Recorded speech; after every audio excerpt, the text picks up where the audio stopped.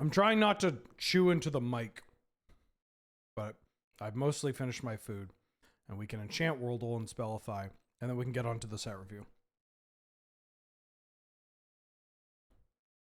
Yeah, I mean, I don't want to get into the specifics of it because, one, it reeks too much of like, I told you so. But this was also a big issue that I had in the beginning where I'm like, I don't think this is the way to do it. There's got to be you gotta like, please, for the love of God, don't cut yourself a shit deal that is going to end up leaving you in a worse spot than than you've already been in. I'm not showing feet again. I showed feet accidentally last stream, and somebody already has the like timestamp for it. 2 mana rare in green or black that is newer. Neither an enchant, could be an instant or sorcery. 2 mana rare. Heroic intervention. 1 mana green sorcery. 1 mana green sorcery.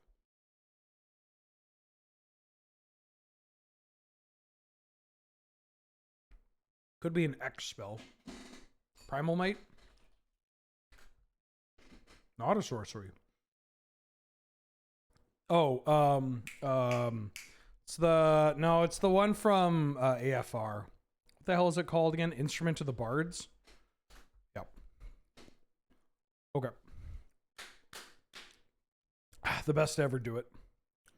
The best to ever do it. How is he this good? How is he this good?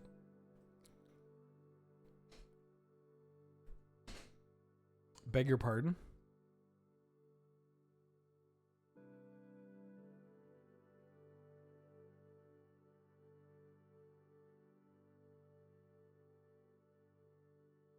One, two, three. Oh, it's not Shell of the Last Kappa. It's also an artifact, not a legendary artifact. Oh boy. Sword of Feast Famine.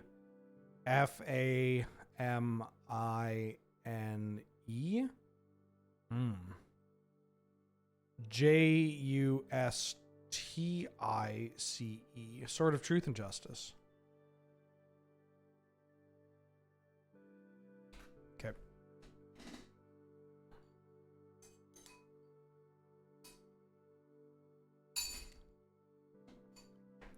Gaming.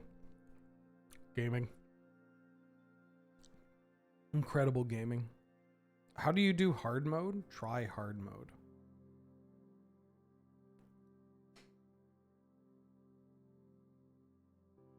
Oh.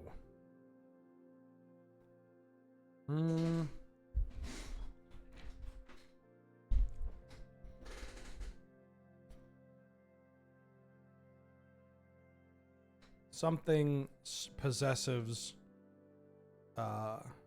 1, 2, 3, 4. 4.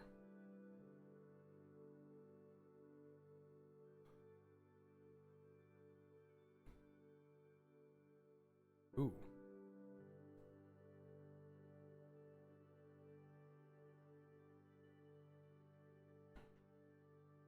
Double S in there.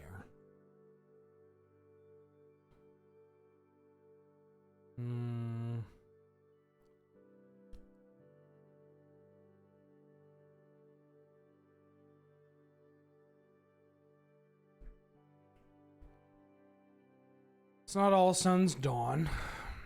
It's not Approach to the Second Sun. There's no S. So is this an enchantment? No, fuck. 1, 2, 3, 4, 5, 6, 7, 8, 9, 10, 11. Enchantment.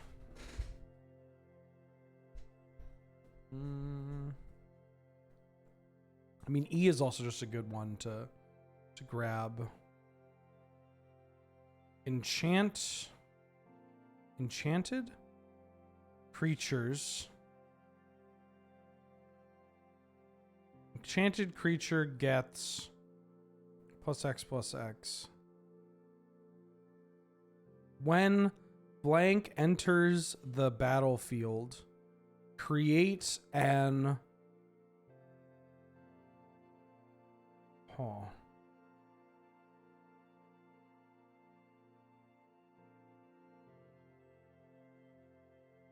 An enchantment that makes an aura.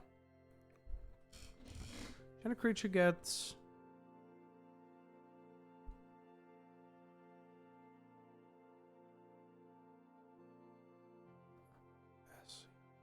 loses a life? Lord Skitter's Blessing. Because this is an enchantment that makes an enchantment, and that's the wicked roll. And so, because it loses the life.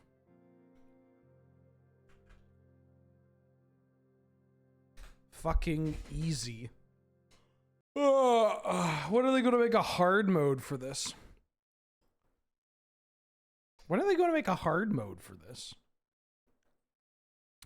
I assume that this is like going to be the new thing that we do, is we do Enchant Worldle, Spellify, and Spellify hard.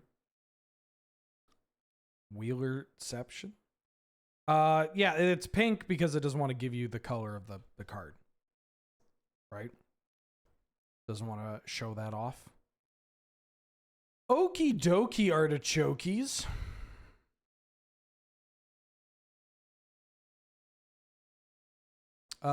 Let's talk about Bloomburrow. So yesterday, for the set review, we did white, blue, and black. We went through white, blue, and black. And we were talking about cards. I mean, if you've watched the set review, you know the rules. If you don't, the rules are there. We are going to do red, green, gold, colorless, and whatnot, or I'm going to try to do that. Don't have a huge amount of time today, unfortunately, but that's why God gave us day 3s. Before I get into red, green, gold, etc., I will start off by looking over white, blue, and black for cards that either I missed. Well, cards, not that I missed, but cards that we didn't get to talk about yesterday. Such as Caretaker's Talent, the first one here. 2 and a white for an enchantment. That's a class.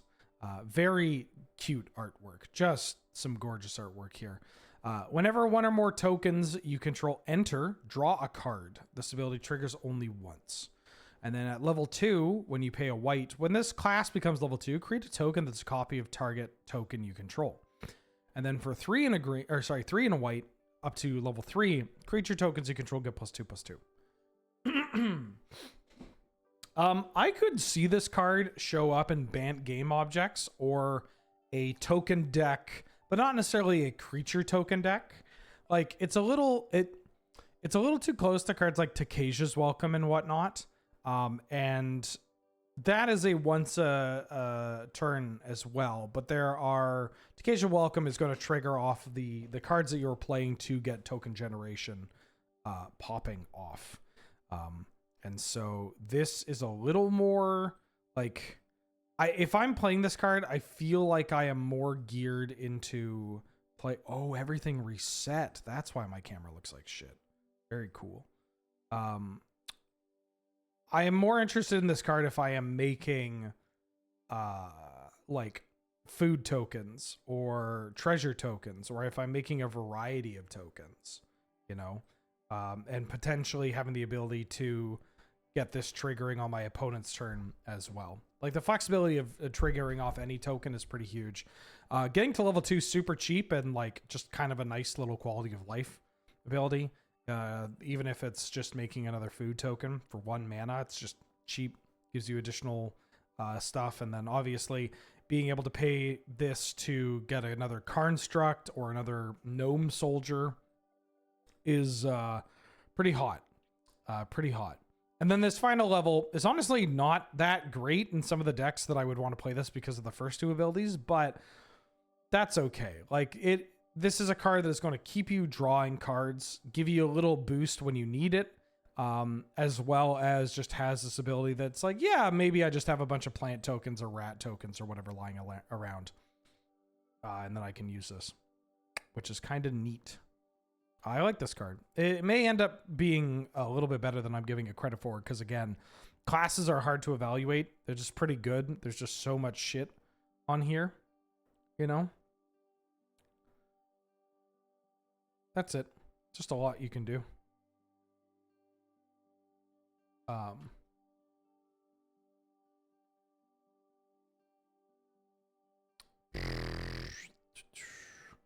Talked about, ooh, this card's finally previewed. Okay.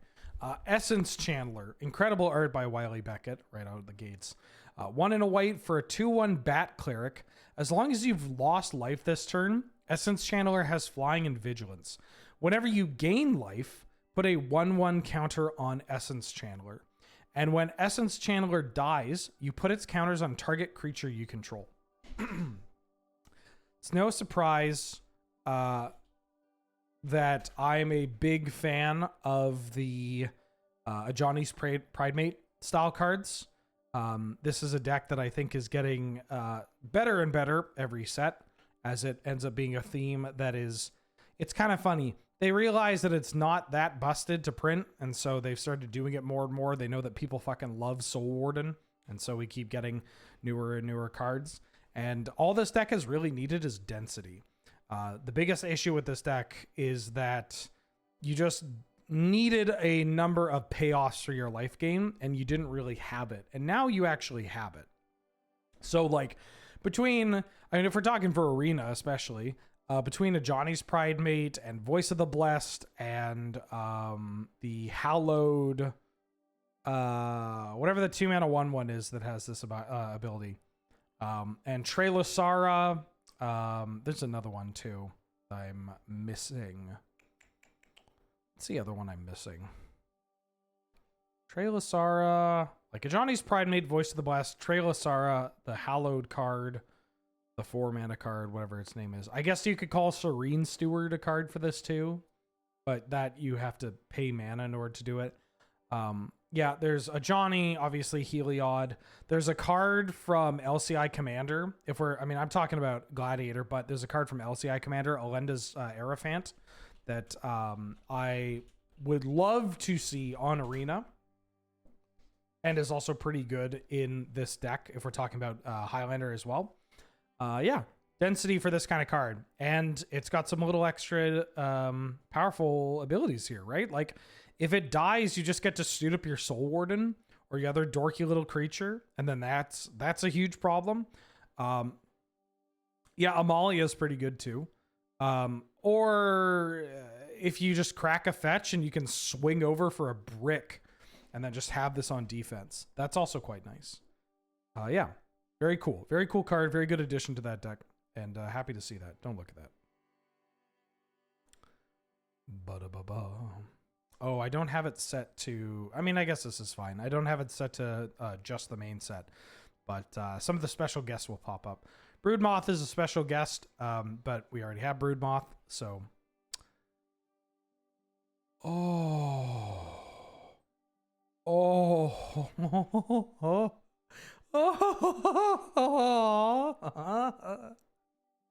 Oh, it's so cute.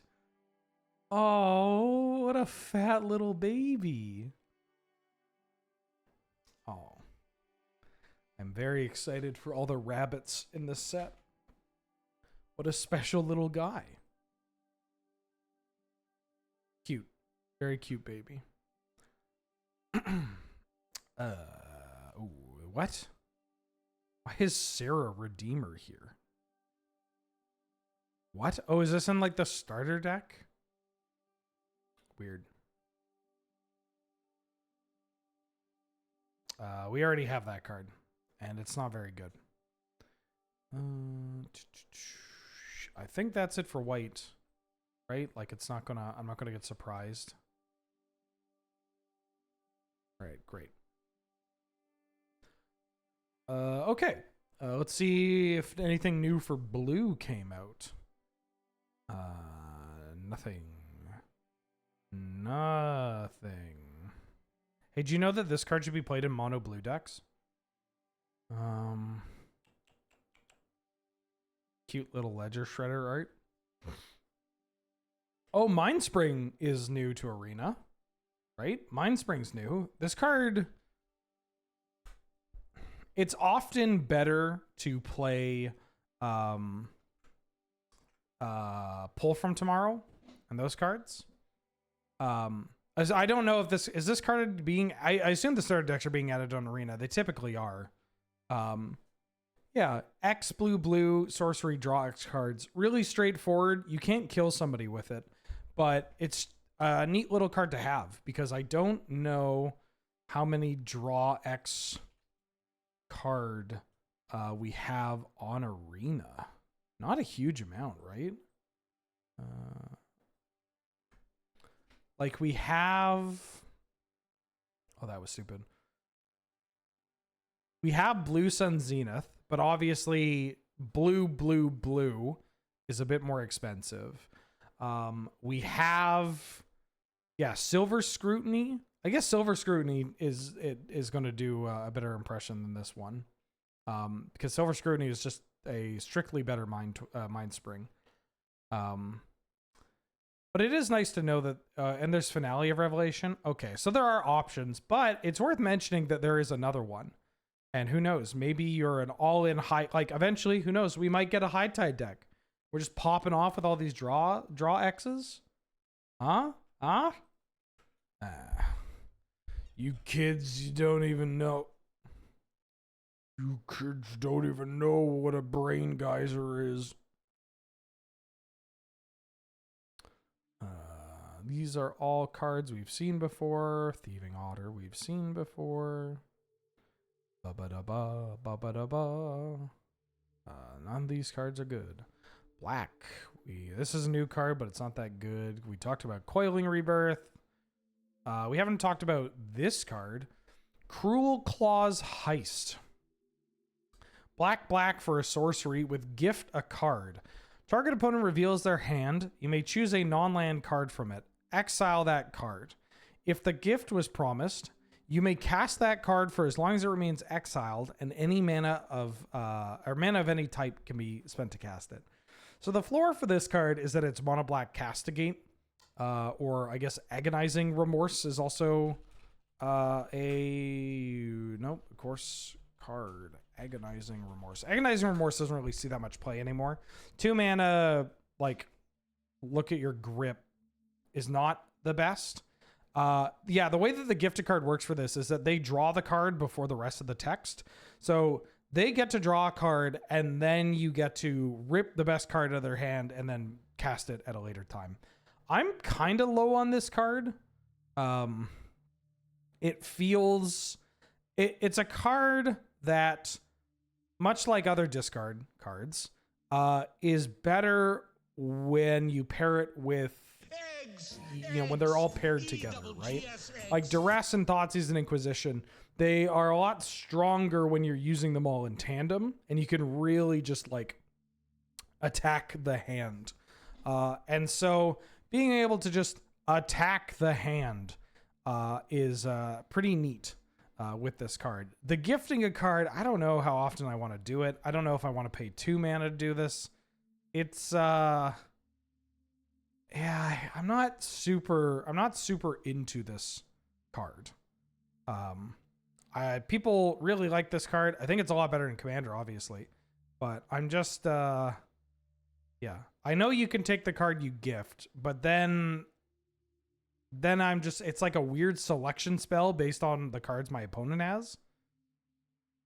2 is a lot more than 0 or 1. Wormy, again, just knocking it out of the park with that evaluation. Agreed. Pharmacist Judge, welcome back for the 32nd month. What up? How you doing? How you been? Howdy, y'all. And a fine howdy to you too. Thank you for all the support. I hope you are doing cool and good and well. We've seen all these cards. Psychic World. Jesus, this artwork. Holy smokes. Look at this artwork. Wow. That is a lot. And it's very funny that it's on a common. That is a lot. Holy smokes. Holy smokes. Oh, we talked about Scavenger's Talent. Talked about all these cards. Great. We can actually start. Ta-da. Okay, let's kick it off with red cards. No. Yeah, we can talk about this. Artist's Talent. 1 in a red for an enchantment class that says whenever you cast a non-creature spell, you may discard a card, and if you do, draw a card. Level 2 for 2 in a red. Non-creature spells you cast cost 1 less to cast. And for level 3 for 2 in a red, if a source you control would deal non-combat damage to an opponent or a permanent an opponent controls, it deals that much damage plus 2. Overall, I think this is far too expensive and doesn't do enough. This is a cool card that you can, I don't know, include in your commander deck, but the 2 mana rummaging off non-creatures is kind of nice, but rummaging is a lot worse than looting unless you're doing some incredibly broken things, and we just don't like dredge stuff, and this is not the kind of deck that wants to fit in that shell. We don't have dredge and Gladiator as well. I mean, not in the traditional sense of the mechanic. Yeah, it's just very expensive, very safe, very slow, and just does not really do enough. Yeah, if you want to play this in Dragon's Approach, then I guess that's kind of cool. Don't let your memes be dreams. Blacksmith's Talent.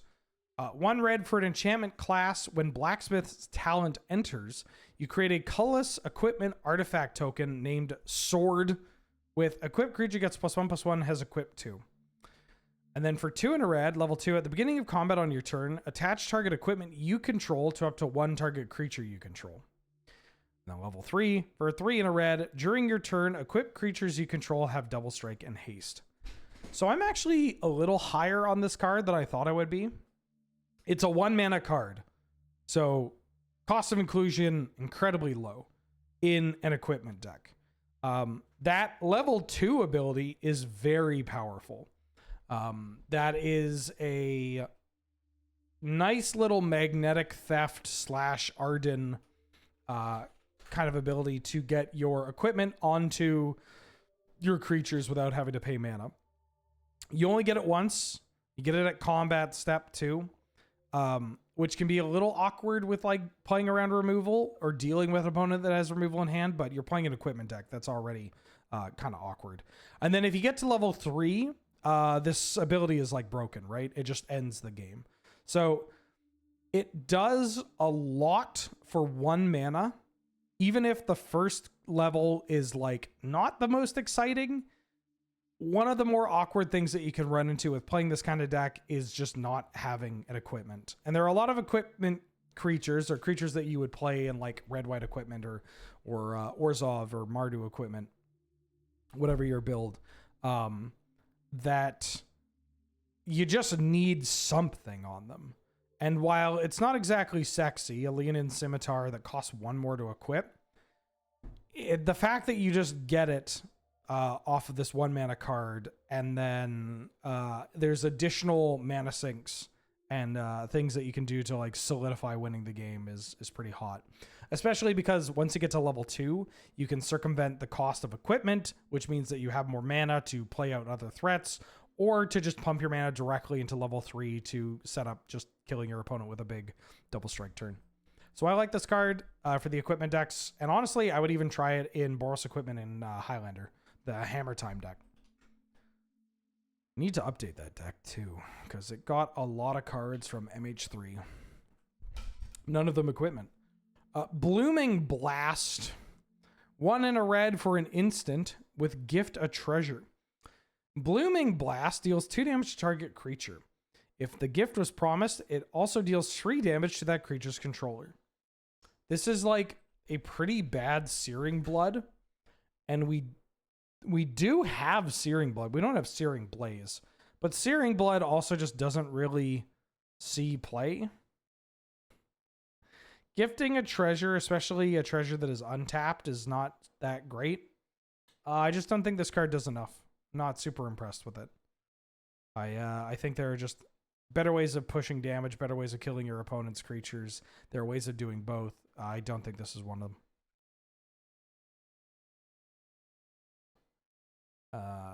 That's too much mana. This one's kind of interesting. Brazen Collector. 1 in a red for a 2/1 Raccoon Rogue with first strike.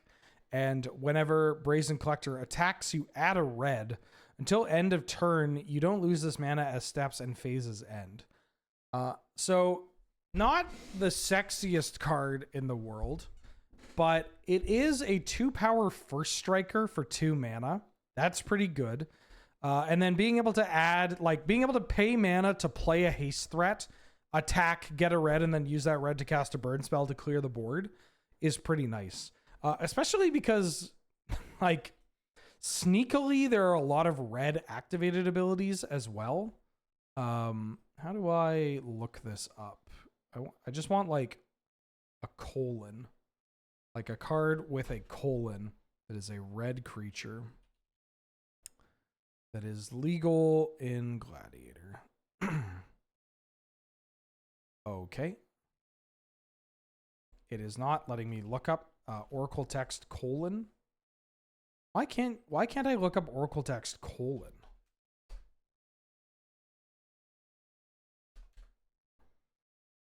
Oh, I think I got it. Yeah.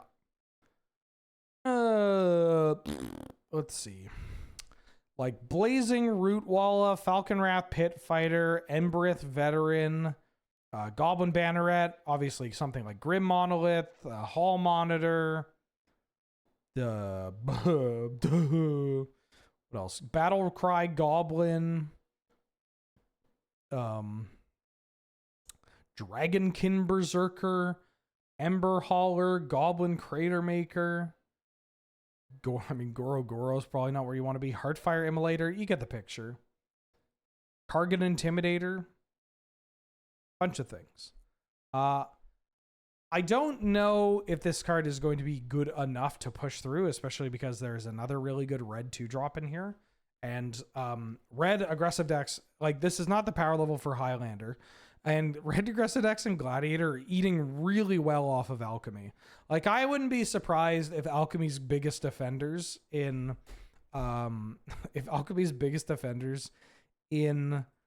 Gladiator are just red players. Because they get like, oh, I want minus game paper red.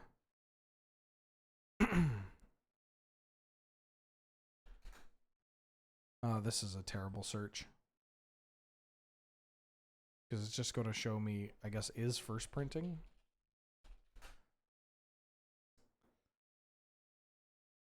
Yeah, there are just like so many good red 1 and 2 drops that are Alchemy only cards. Like Reckless Ringleader, Trap Finder, Melt Through, Shove Aside, that Otter, Arm Scavenger, Big Spender, the Bug, the Beetle, Get to Ember Coiler, Frenzied Geist Blaster. So many good red 2 drops from Alchemy. And I don't know if this card is going to be able to beat out some of them, especially with the new one that we have later in the set too. But it's not to be undervalued. First Strike is a broken ability. I'm shocked that this is on an uncommon too, and that it's not like First Strike while attacking, but whatever. Byway Barterer. What? Is it like... It's like lounging. Byway Barterer, 2 and a white for, or 2 and a red, excuse me, for a 3/3 Raccoon Rogue with a Menace. And whenever you expend 4, you may discard your hand. And if you do, draw 2 cards. Expend is another mechanic, keyword ability, something or other from this set that is kind of weird. You expend N, in this case 4, as you spend your 4th total mana to cast spells during a turn. So this doesn't work with activated abilities, only for casting spells. And once you have spent 4 mana, your 4th total mana, on casting a spell, you get to do this thing. And this thing is, you may discard your hand, and if you do, draw 2 cards. I think I like this card. A 3 mana with Ancient Tomb mana, 3/3 that has Menace is kind of annoying. That just, no haste or whatnot, but being able to push through some damage is pretty exciting. This being a curve topper, where you can like play this and then play your last like 1 mana burn spell and then just get to immediately cash in, is kind of hot.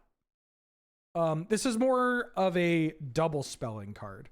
This is the kind of card that when you get it in play, you want to be like Lightning Strike and like Lightning Strike your thing, and then like play like a Frenzied Geist Blaster or whatever, and then discard your hand, which you just don't have any, or if you do, then you get rid of a bigger, clunkier card or some lands or whatever, and then just draw into 2 more cards. Yeah, good with Inti.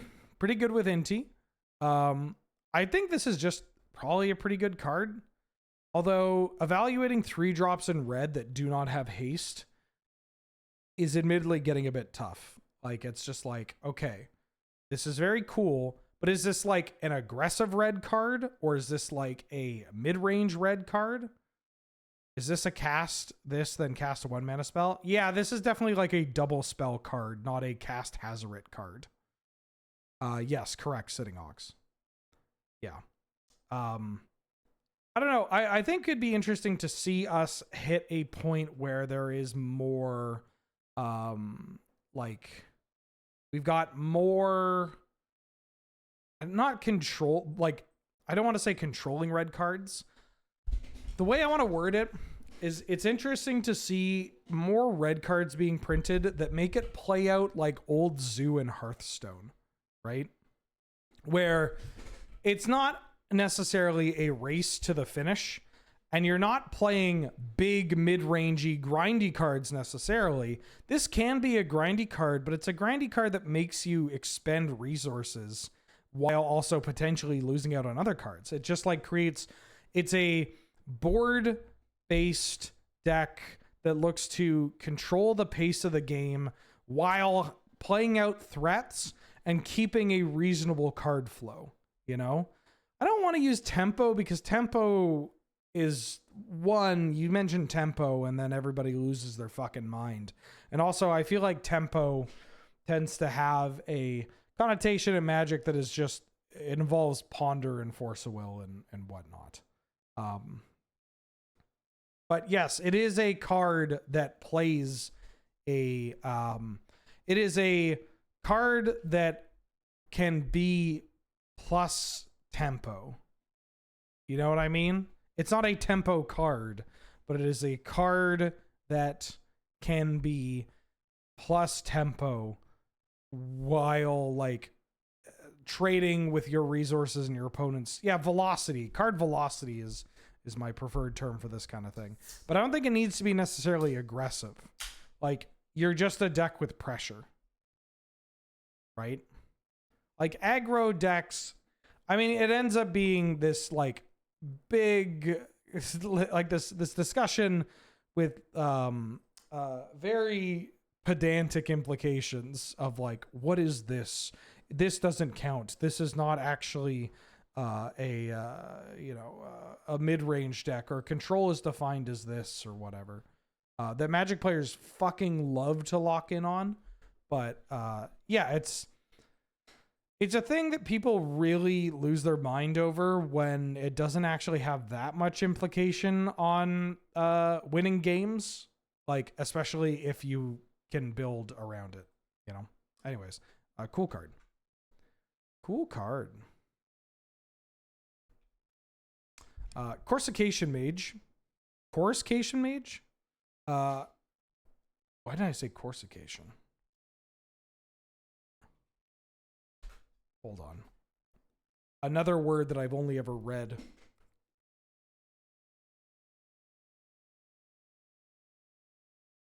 Coruscation. Coruscation. Ah. Coruscation Mage. 1 in a red for a 2/2 Otter Wizard with Offspring for 2 generic. Whenever you cast a non-creature spell, this creature deals 1 damage to each opponent. Great. There are versions of Red Deck Wins in both Gladiator and Canadian Highlander that are already playing cards like Firebrand Archer. This is a better Firebrand Archer. It's a 2-drop, or sorry, it is a Firebrand Archer with 2 toughness with an arguably more important creature type too. If you get enough wizards in mono red, you can play Wizard's Lightning, which is really good, really key. And then Offspring just means that if you draw this late, it is so good at just like killing people dead, you know? I mean, burn is going to exist in Gladiator. Excuse me. Burn is going to exist in Gladiator. Like, hold on. Let me pull up some of these cards.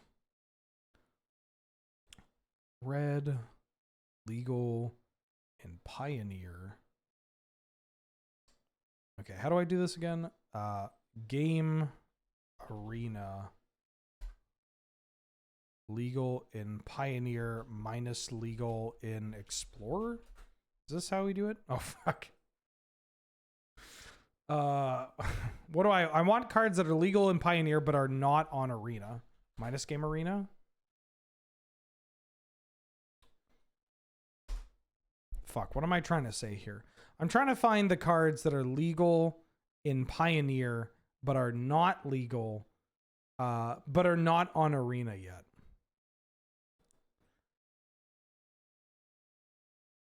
I mean, you could just do this and I could just do it by sight as the correct search. I don't think so. Akum Hellhound is... Oh, because this is the weird art? Sure. Wait, no. Collateral Damage is legal and timeless. All right, well, I fucked it up. But basically what I'm saying is that there are a series of very good red aggressive cards and burn spells. All right, let's try that. Eat the Rich.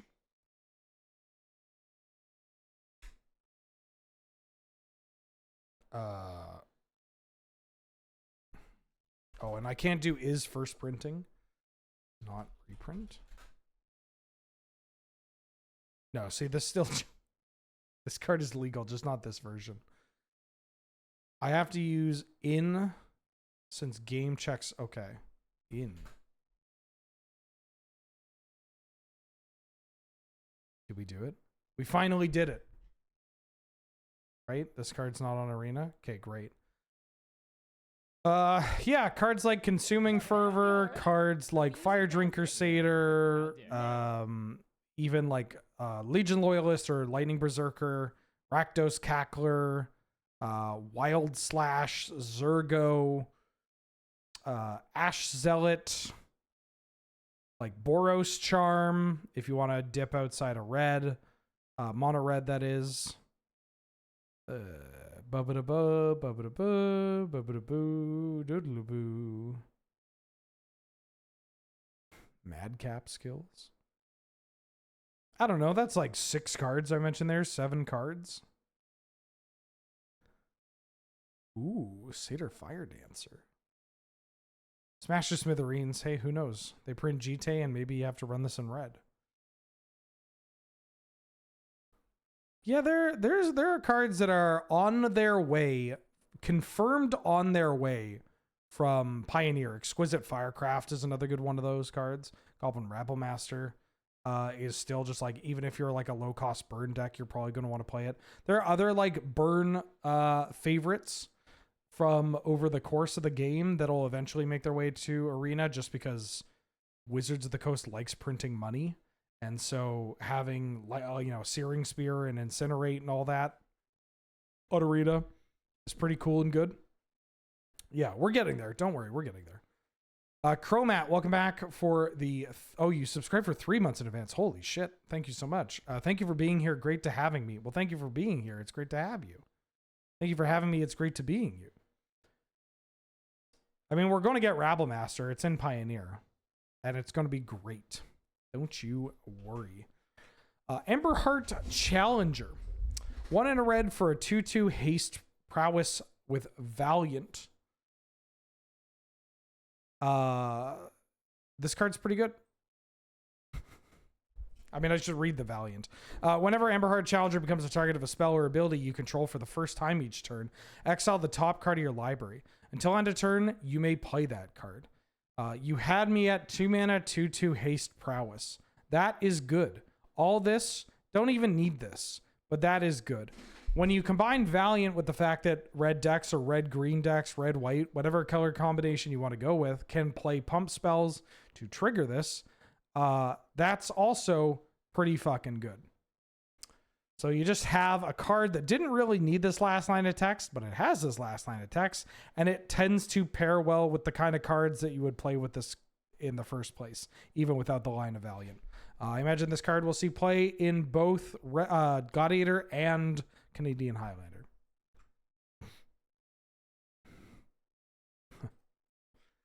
Festival of Embers. 4 and a red for an enchantment that says during your turns you may cast instant and sorcery spells from your graveyard by paying 1 life in addition to their other costs. If a card or token would be put into your graveyard from anywhere, exile it, and then you can pay 1 and a red to sacrifice Festival of Embers. This card's very weird.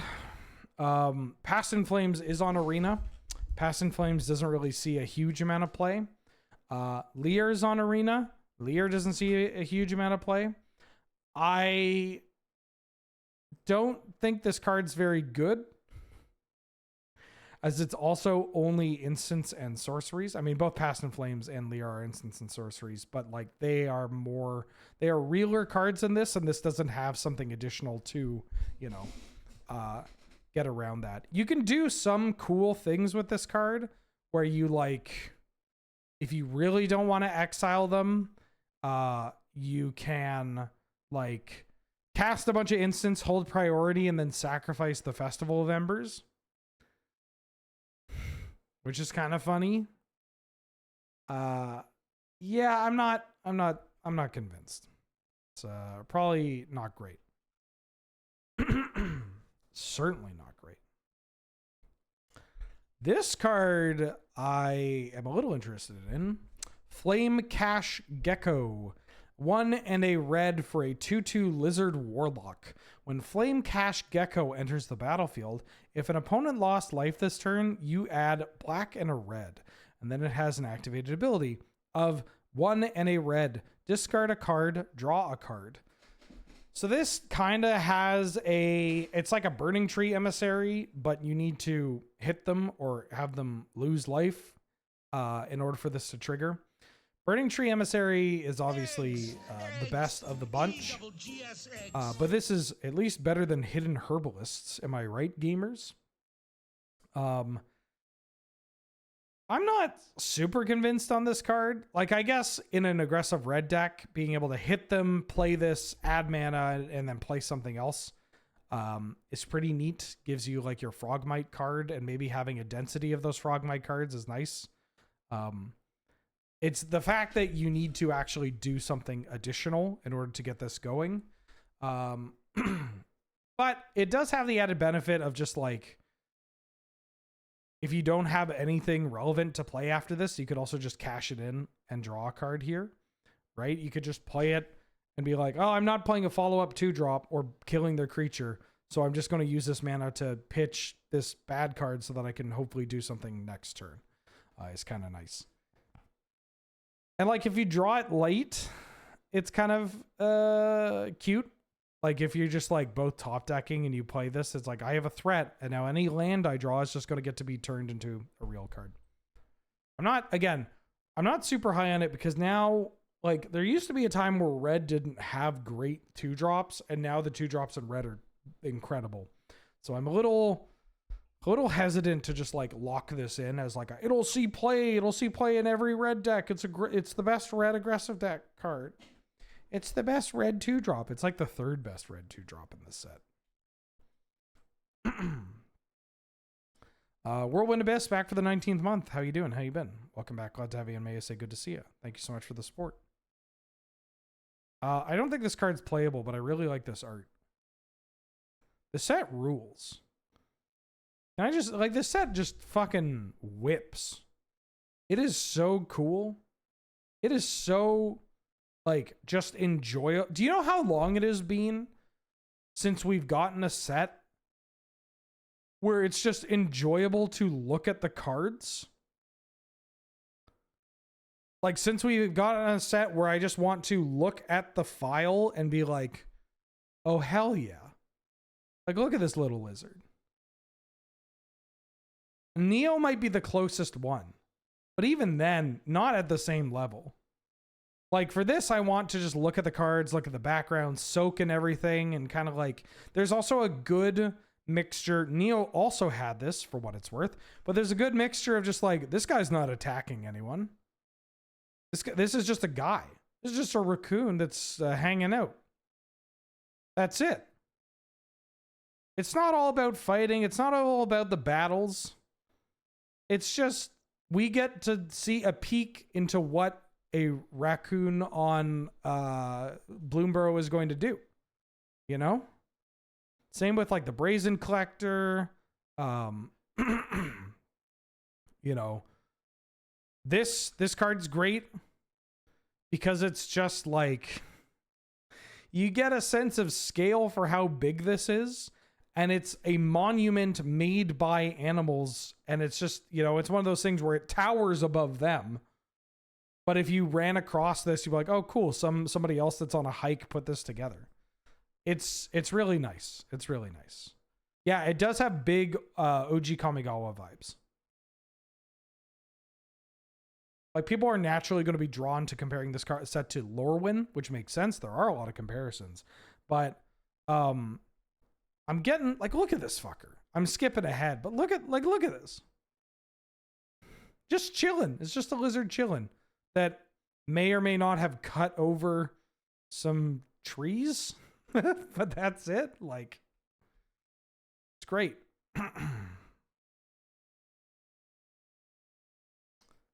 Harnesser of Storms, 2 and a red for an otter wizard. Whenever you cast a non-creature or otter spell, you may exile the top card of your library. Until end of turn, you may play that card. This ability triggers only once each turn. She feeds and powers her entire village. Pretty cute. I don't actually know if this card is that great.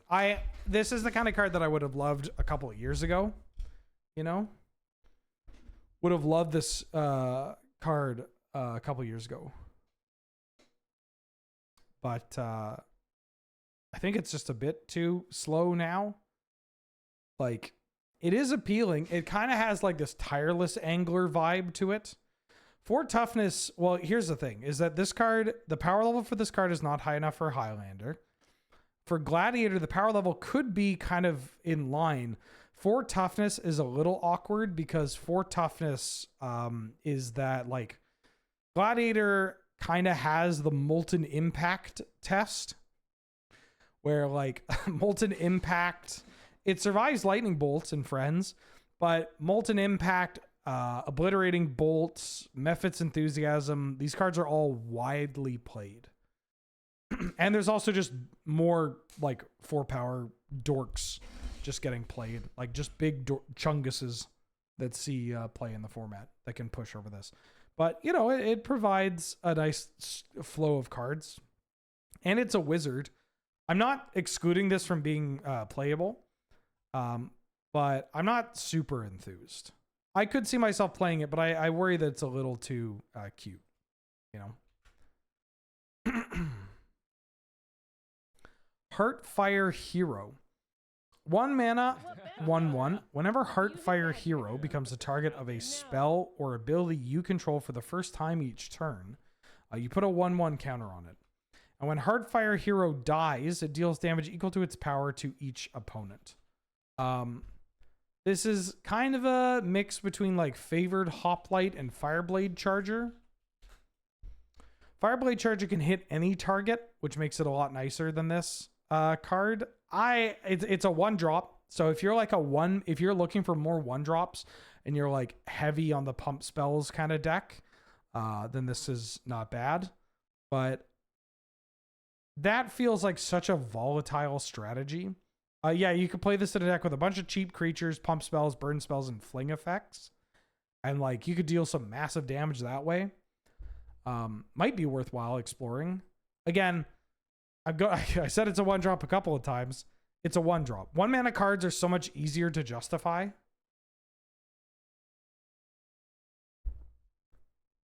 So even though it sounds a little bit goofy, and this doesn't have the Fireblade Charger kind of line of text, for what it's worth, that deck would probably want some redundancy from this for this kind of effect and this type of card. And it's a 1-drop. Redundant 1-drop on theme, can get big, can kill people. It's proactive. It's probably fine. A little narrow. I don't think I'd be playing this in just like normal mono red or whatever.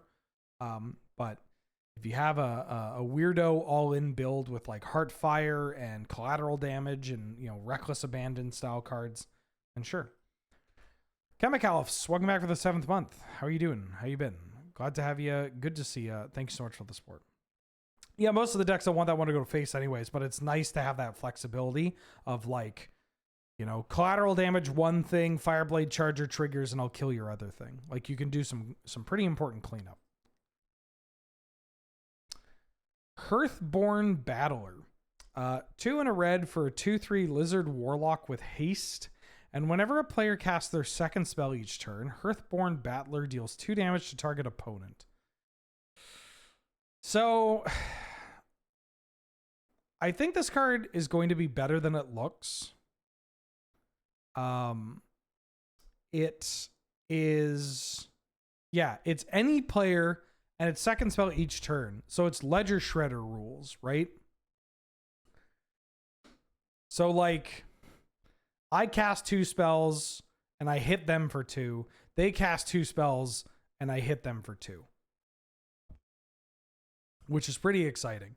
The body leaves something to be desired, and it doesn't get that much larger. Like Ledger Shredder, I mean, Ledger Shredder loots and it flies and all that, but it also buffs itself out of range of removal and makes it really tough to deal with, especially because you may be in a spot where you need to dig for cards to deal with the Ledger Shredder, and that just makes the Ledger Shredder bigger. So if you fail to find the right card, or if you find the card but at the wrong time or a little too late, that just gets way out of hand. Also, that's a 2-mana card in blue. This is more of a mono red trying to beat vroom zoom my opponent. And it's this 2/3 stat line. This is just such a bad stat line. It's really bad. Which leads me to believe that this won't actually see much play. Like it's just too vulnerable. It's like this, they don't need to cast the second spell because it only takes 1 cheap spell to kill it. Yeah, I'm pretty low on this card, but maybe, like I said, people are probably gonna this is probably gonna be better than it looks. I'm people. I'm the person that looks at this and goes like, this just fucking dies, and like doesn't actually attack for that much. I don't need to get to the double spells. This is a competitive slot that is already just like juiced out the ass. It just doesn't do enough for me. If it were a wizard, maybe we'd be talking, but it is not a wizard. Abusing magic. Also, welcome welcome back for the 3rd month. Excuse me. How are you doing? How you been? Glad to have you. Good to see you. Thank you so much for all the support. I hope you're doing well. I hope you're ready for some lizards. This card's great. Hired Claw. 1 mana for a 1/2 lizard mercenary. Whenever you attack with 1 or more lizards, Hired Claw deals 1 damage to target opponent. Play 1 and a red. Put a 1/1 counter on Hired Claw. Activate only if an opponent lost life this turn and only once each turn. So this is a juiced up Scorch Spitter. Scorch Spitter is a card that still occasionally, I mean, it'll occasionally see Gladiator play, but again, like we talked about, Gladiator mono red is in a weird spot. It's different from like Canlander mono red quite a bit. But Scorch Spitter, Spitties does see some play still in the aggressive mono red decks. Not as ubiquitous as it used to be, But now it's just, there's no reason to play it because we can play this. I mean, I guess Scorch Spitter pressures Planeswalkers a bit more, but who gives a shit? Go to the Dome. This card just has so much more going for it. For starters, it has a 2nd point of toughness, so it's not going to get blown out by Orcish Bowmasters or chump blocked by tokens or whatever. Being able to circumvent, getting chump blocked in the end, though, by pinging them is obviously great. And then being able to put 1/1 counters on it to make this thing bigger and bigger and bigger is obviously a huge buff for a 1-drop. Not to mention, you can use this on their turn as well. So you could just have, if you have 2 red mana up, and your opponent like plays a fetch land or cracks a fetch land, then you could just pay 2 to put a counter on it. That's pretty good. It's pretty good. I think this card is going to be a mono red staple in both formats for quite some time.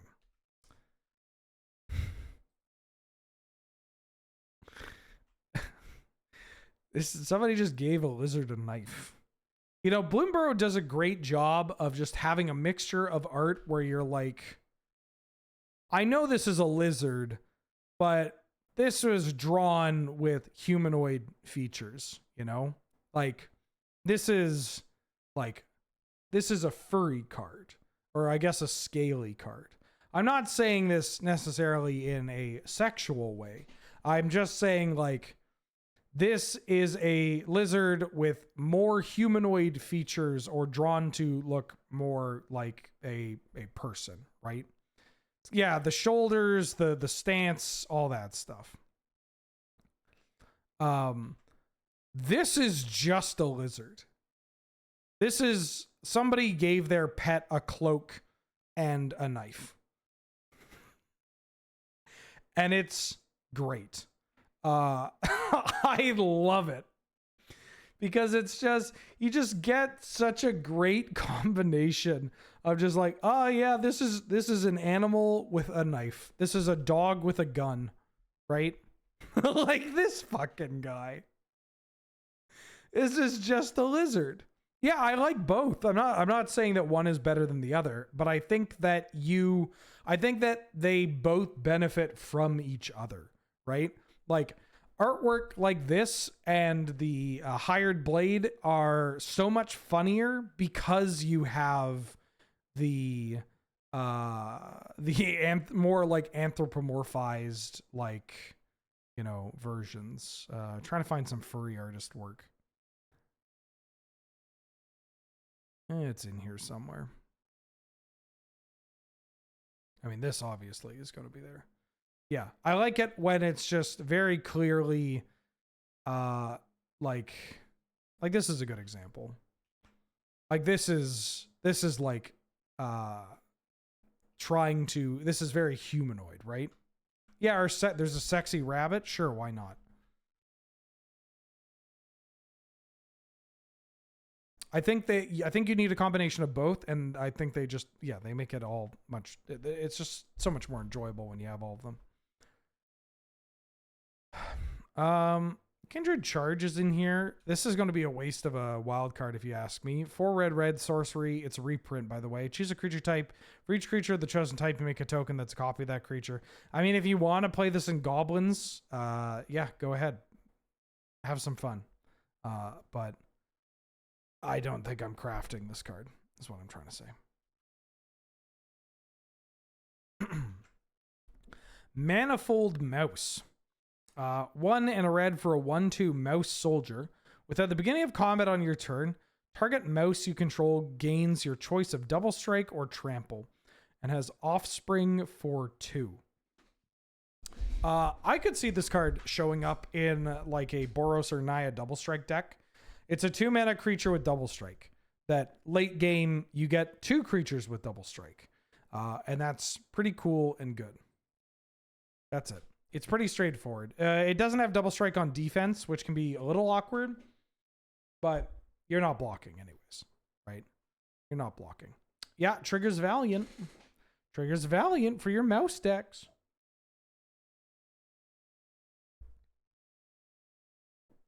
Naya double strike is an interesting archetype, because it can just kill people on turn 2 out of nowhere. Or turn 3 is more realistic. But like, yeah, it's a scarier deck that doesn't see a huge amount of play, honestly, because of the pitch elementals are pretty good. It's just such a blowout to get like Furied or to get Solitude. It's a deck that does not play super well into Jeskai, but holy shit, can this deck just kill people? And it's super straightforward. You're like triple Mox, the best burn spells and removal spells, some mana dorks, every 2-drop double striker, and just all the best 1 mana pump spells. It's like a better version of Infect.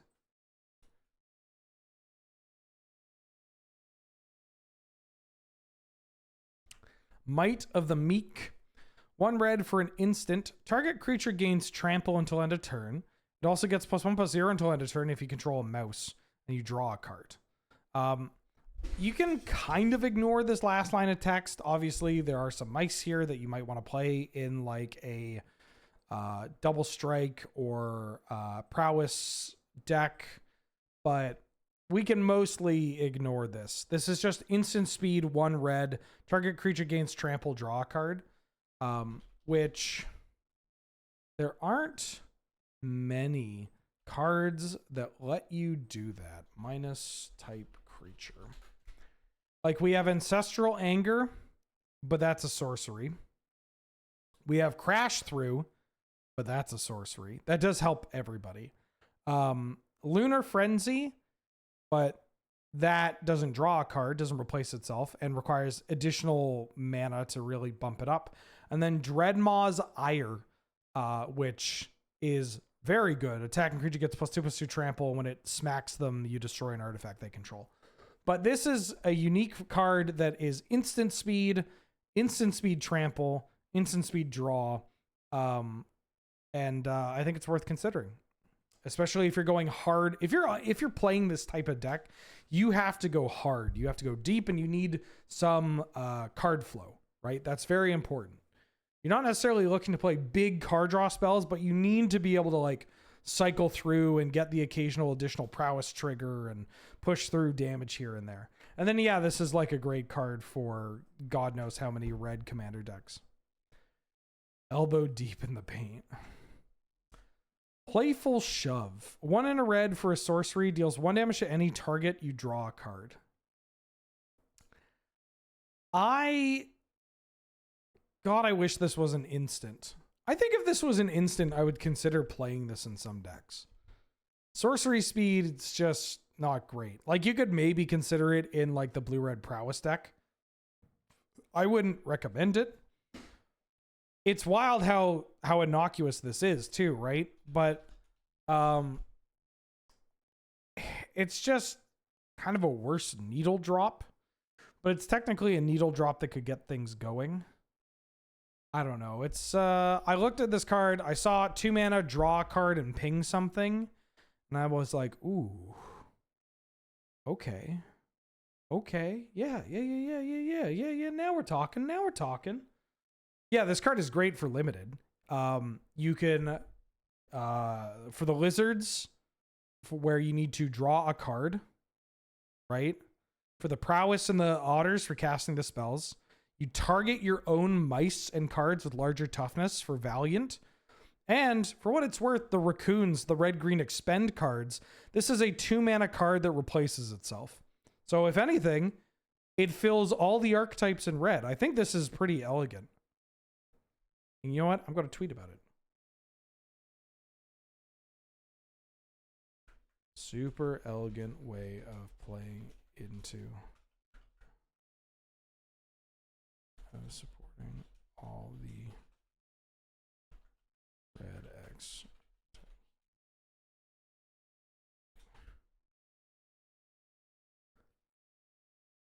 Hits offspring tokens. Hell yeah. Yeah. Cool card. How have I not seen this art?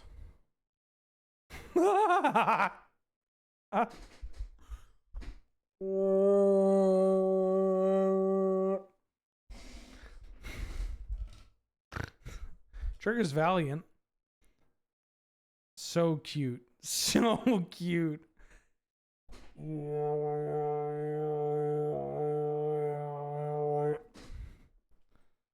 Quickly to the dumpsters.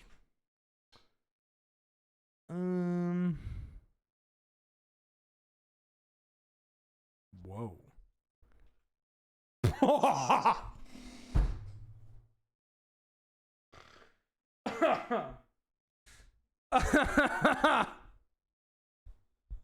Where the fuck did this card come from? Rabid Gnaw. Hey, Gnaw.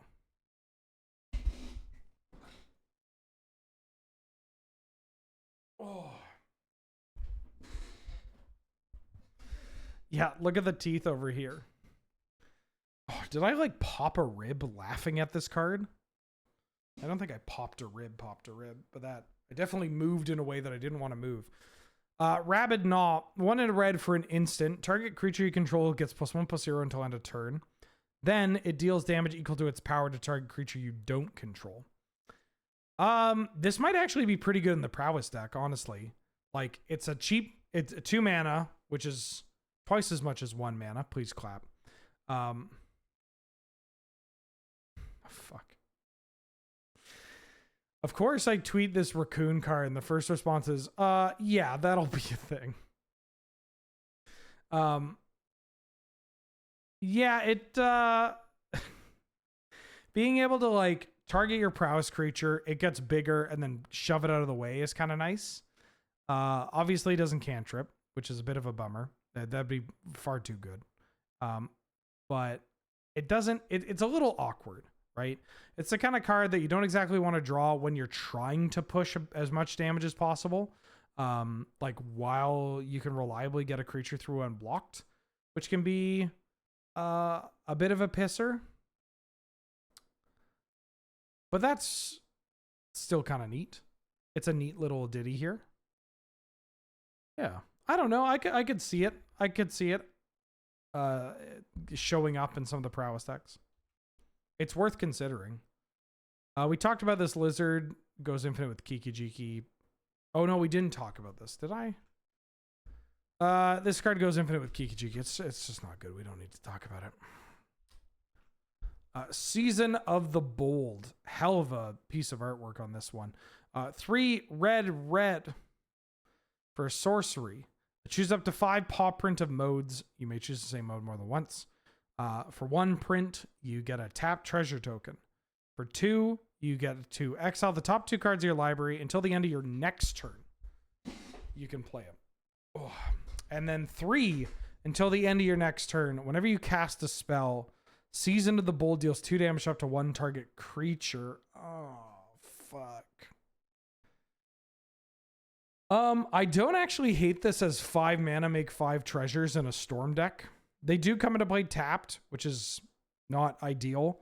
But if you're playing a storm deck, if you're playing like a storm deck in Gladiator, being able to like 5 mana, 5 treasures, next turn I'm going to kill you, is kind of exciting. Being able to go like 5 mana, a treasure, and then draw 4 cards. Or 3 treasures, draw 2 more cards next turn. It's pretty cool. Yeah. I wish this could target my opponent. That would be neat. But I don't know. I could see this in a very niche archetype, or maybe even like big red or whatever. But the storm deck, I can think of it. What are my thoughts on the paw currency for these cards? I mean, it's fitting to the theme. I like this templating of a card, but it feels like something that they would want to keep around for future. Like, this is a cool mode. I guess they're not tied to it being the paw print. Like, if they keep this templating and then just like switch this with something else that's thematic to whatever you're, printing it in, that's kind of cool. But that's if they're okay doing that. Feels like 5 mana, hope the fact I did nothing didn't kill me. That's kind of those storm decks, right? The big spell decks. Like, that's, you're basically like, all right, well, if you don't kill me, I'm going to kill you. Unfortunately, that does not often go well in Gladiator. Often you just die. Often you just die. Excuse me. This otter is very cool. Storm Splitter. 3 and a red for a 1/4 otter wizard with haste. Whenever you cast an instant or sorcery spell, you create a token that's a copy of Storm Splitter. Exile that token at the beginning of the next end step. So for those that are not entirely familiar with the rules of the game, I cast an instant and sorcery. Storm Splitter makes a copy of itself. So now I have 2 Storm Splitters. I then cast another instant and sorcery. Both of these are going to trigger and make 2 Storm Splitters. Yes, exponential otters, which is pretty gross. I'm trying to think of the cards that you could combo with this. I mean, you could. We have. Oh no, the Jaheira we have doesn't. Or Jalira. I'm trying to think of like a way to give these tokens the ability to add mana or to use those tokens for mana. Oh, you could use it with what's it called? Yeah, Cryptolith Rites. You could use it with what's the name? The Invasion of Segovia. Thank you. That's the one. Well, I guess technically the flip side of Invasion of Segovia. The what's the name of the Kraken? Cadus. Cadus, Sea Tyrant of Segovia. Ooh, Insidious Roots. Yeah, you can do some cute stuff with this. I think it's a little too expensive for 1v1, but you could pop off. I mean, maybe remember Wizard Pod? Maybe it's time to bring Wizard Pod back. Balin? Balin? Oh yeah, this combos with Balin. The new rabbit. We could put Wizard Pod with this. I don't know. This card's expensive, but it's kind of broken. No, not the crap shot. It's expensive, but it's broken. This is the kind of card that if you somehow get it into play by only paying 1 mana or 0 mana, then it's like absurd. Okay. Sunspine Lynx. 2 red for a 5/4 elemental cat. Players can't gain life. Damage can't be prevented. When Sunspine Lynx enters, it deals damage to each player equal to the number of non-basic lands that player controls. This is one hell of a 4-drop. A 5/4 that mucks damage prevention, which is pretty good for protection, that mucks them gaining any kind of life, that just domes them out, equal to number of non-basic lands. This card is pretty good. This card's not bad. Yeah, 5 mana 5/4 that domes them for like 3 to 4 damage on ETB that mucks their blocks. Pretty great. Pretty great. Yeah, nice 1 ring. It'd be a shame if it didn't fucking matter. It's very cool. You know, I mean, the 1 ring's banned in Gladiator now, but it's always nice to know that I'm never actually safe. You know, these Gruul pirates, no, you know what? Pirate is accurate. These Gruul pirates stealing my beautiful, precious time that I have on this planet. By just ending the game, actually, no, if anything, they're giving me more time because they're killing me quickly so I don't get to play more Magic the Gathering. Yeah, this card's pretty good. I imagine it'll see play in Gladiator. Maybe Canlander too. Maybe can. I'm the one with the Glacial Chasm. Yeah, I had to sacrifice a land to put that into play. I'm doing fair things. I think this card is just too good for it to not see play in Highlander, even if it's expensive. This is like your 1/4 drop. You're just playing this 1/4 drop that if it resolves, you're going to dome them out. How funny would it be? You know what? I almost wish this said that it couldn't be countered. I kind of wish this says it couldn't be countered. Isn't that wild? I look at this card and go, fuck triomes. You shouldn't be able to counter this card.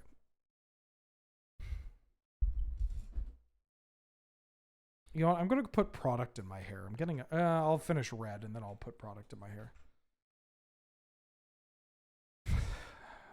Laughs and dress down. Also, oh, perfect. This is just a cat. This isn't somebody's fursona. This is just an animal. I mean, maybe it is. Love it. I mean, this is like,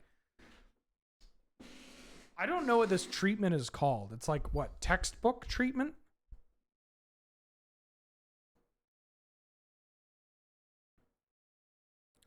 It looks like a wilderness guide.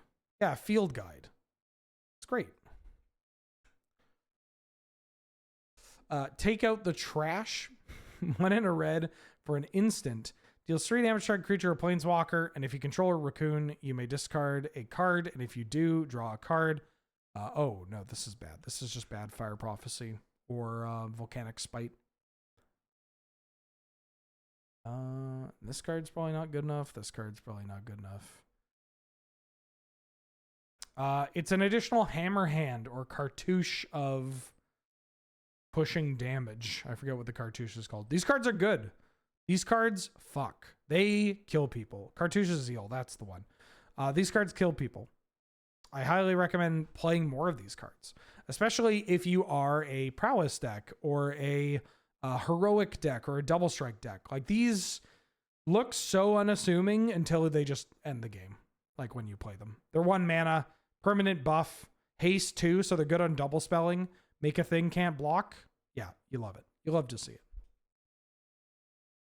I think that's it for red. So we're going to go into green. Before I get into green, I'm going to go and put product in my hair so I can not feel terrible about being on camera. 1 sec.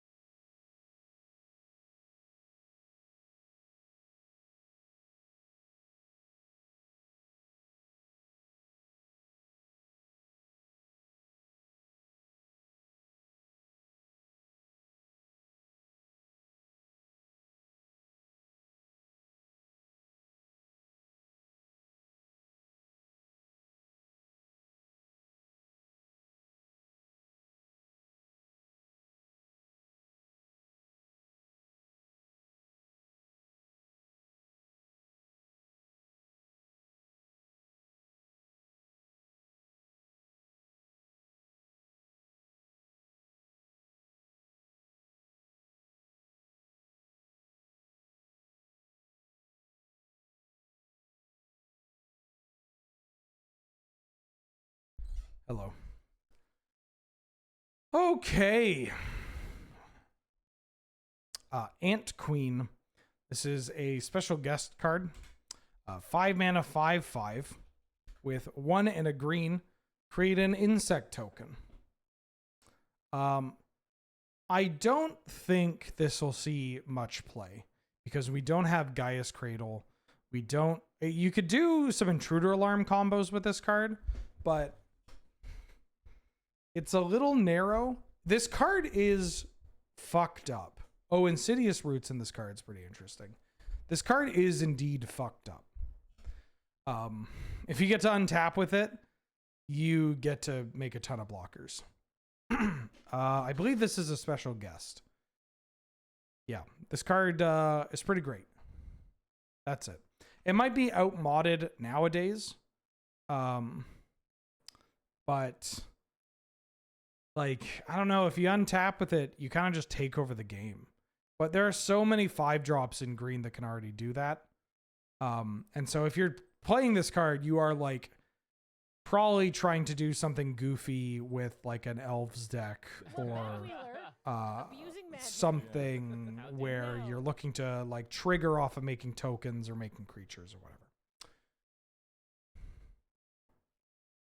Brezen Sowiz, welcome to the stream. Thank you for subscribing and supporting the channel. I hope you're doing well. I mean, you've been in chat, but thank you so much. Glad to have you and good to see you. If an ant was an animal, is it not an animal? Antanimal.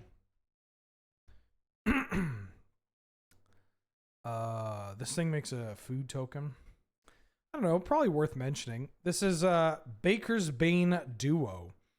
2 mana for a 2/2 Squirrel Raccoon. When it enters the battlefield, you make a food token. And when you expend 4, you get +1/+1 until end of turn. Or this gets +1/+1 until end of turn. There aren't many cheap creatures with relevant stat lines or like reasonable stat lines that make food on ETB. Like we have, it's funny, there's another one in this set that does exactly that. But like if you need a density of cheap creatures that ETB and make foods, or just cheap food cards, and this is one that you can play. There aren't a huge amount of 2-drops in this line. There's the other one from the set that we'll talk about in a second, Tough Cookie, and like Astrid Peth, but Astrid is not on Arena. Usually food generation, you have to go up. So it's not super exciting, but it's a nice little role player. I mean, technically we could talk about this. Bark Knuckle Boxer. 1 in green for a 3/2 Raccoon Berserker with whenever you expend 4, Bark Knuckle Boxer gains indestructible until end of turn. But 2 mana 3/2 is not that impressive anymore. But getting indestructible is kind of annoying. Like it means that like playing your big idiot shifting Ceratops doesn't really play super well.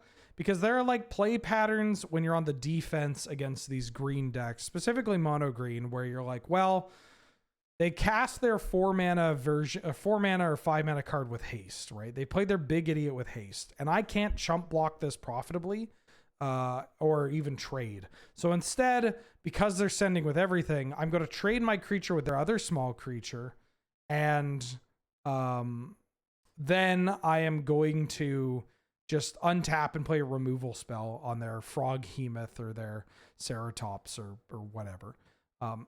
This at least has a play pattern of like, well, now you can't like profitably trade or even chump block my haste creature, and you can't trade with this in combat because, well, now it's indestructible. But there are why'd I close that window? There are like, there's so many more exciting 2-drops that have a better stat line. Some of them that we'll get to in a second here. I'm not taking this card's not completely off my radar, but I'm not as excited about this. I mean, I wouldn't be that excited in the first place. It's just kind of a role player, but anywho. Birds of Paradise is coming to Arena. This is huge news. Arguably the most impactful card from this set, which is very funny. Even more so than Jace the Mind Sculptor and Baleful Strix. Birds of Paradise is the best mana dork of all time. I mean, Deathrite Shaman, obviously, is a bit of a different story. Deathrite is probably the best, but Bop is absurd, right? Bop is, I mean, it's Bop. We have Bop. Wild that we're getting this so soon. We got Bop.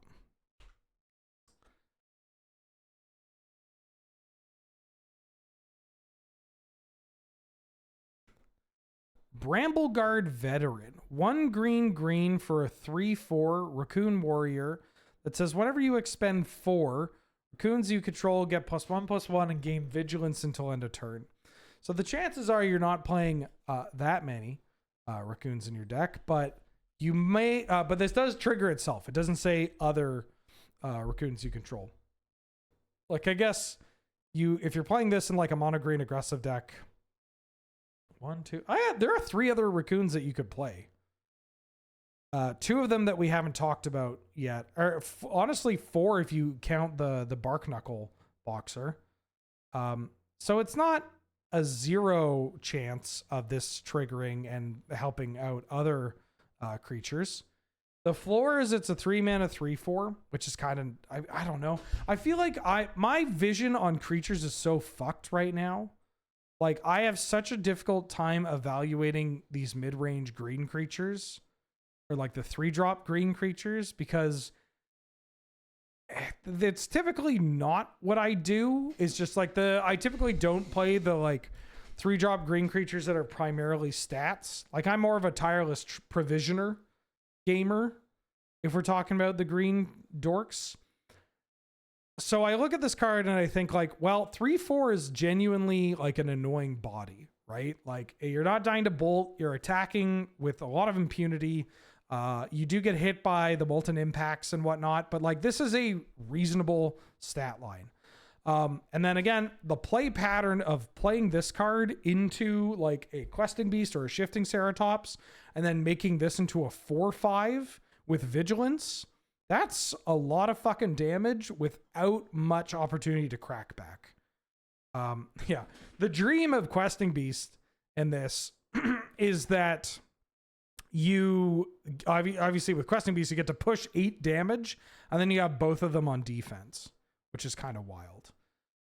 Stiff competition at this slot, especially because this is just stats, but I don't know, I wouldn't be surprised if this card ended up occasionally finding a home in like the mono green aggro decks, especially if you take into consideration the other, what did I say, 4 or 5 raccoons?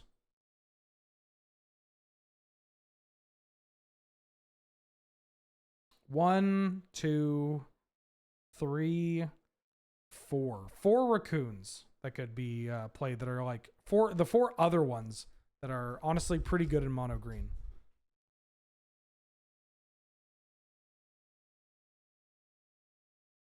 Not bad. I didn't talk about Bushy Bodyguard. Right. Bushy Bodyguard. 1 in a green for a 2/1 Squirrel Warrior with Offspring 2. When this creature enters, you may forage. Forage again being exiling 3 cards from your graveyard or sacrificing a food. When you forage, when you may forage, period. If you do, put 2/1/1 counters on it. So with Offspring, your token also gets to do this. So if you have the food tokens or the cards in the graveyard, this can be 4 mana for a 4/3 and a 3/3. And that's a lot of stats across 2 bodies using counters, which are pretty important to synergize all around. The difficulty is getting this down early enough and being able to forage. Like, probably not happening. I feel like you kind of treat this as this is going to sound a little weird. I feel like you treat this card like it has prototype, right? Like, it's actually the other way around. This is a 4 mana 4/3 and a 3/3, or a 4 mana 4/3 and a 1/1. And then if you're desperate, you can pay this as a 2 mana 2/1 or a 2 mana 4/3 after you've already played a little bit of Magic the Gathering. Which is kind of interesting. It's neat that you can cast this at different points. There are so many decision points with this card, right? Either 2 mana 2/1 vanilla, 2 mana 2/1 4 that's a 4/3 when you exile, 2 mana 2/1 4/3 when you sack a food, 4 mana 2/1 vanilla and a 1/1 vanilla, 4 mana 2/1 or 4 mana 4/3 sack a food and a 1/1, etc., etc. There's just so many different decision points on how you want to cast this. You could even be like 4 mana 2/1 and a 3/3, and that's like dividing the bodies in such a way that makes for the best blockers if you can only exile, if you can only forage once. Yeah, it's pretty interesting. I don't know. It's a lot to think about just for a block of stats. Again, these are the kind of cards that I struggle to evaluate the most. But I think this is okay. It's getting this is going to be the difficult part for sure.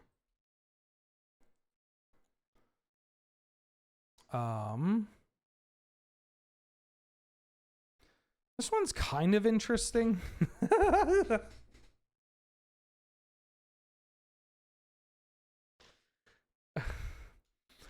Ooh. This one's kind of interesting. Cash Grab, great name by the way. 1 and a green for an instant. Mill 4 cards. You can put a permanent card from among them into your hand. And if you control a squirrel or return to squirrel this way, you create a food token. And instant speed, mill 4, return a permanent is kind of neat. Oh, wait, no, it's, you gotta exile the cards. Never mind. I take it all back. I thought this was closer to like Grapple the Past than anything. Never mind. Clifftop Lookout. 2 and a green for a 1/2 Frog Scout with Reach. When Clifftop Lookout enters, reveal cards from the top of your library until you reveal a land card. Put that card onto the battlefield tapped and the rest on the bottom of your library in a random order. This card's great. It's like a really powerful Wood Elves. I guess Wood Elves actually might be more powerful than this. I mean, this can hit any land. This is guaranteed to hit a land. A 1/2 Reach is pretty reasonable for a ramp card. It's a better Elvish Rejuvenator. Let's put it that way. Even though Elvish Rejuvenator is an elf. Sorry, I'm a little distracted. I just realized that Wood Elves can find surveil lands, which is kind of hot.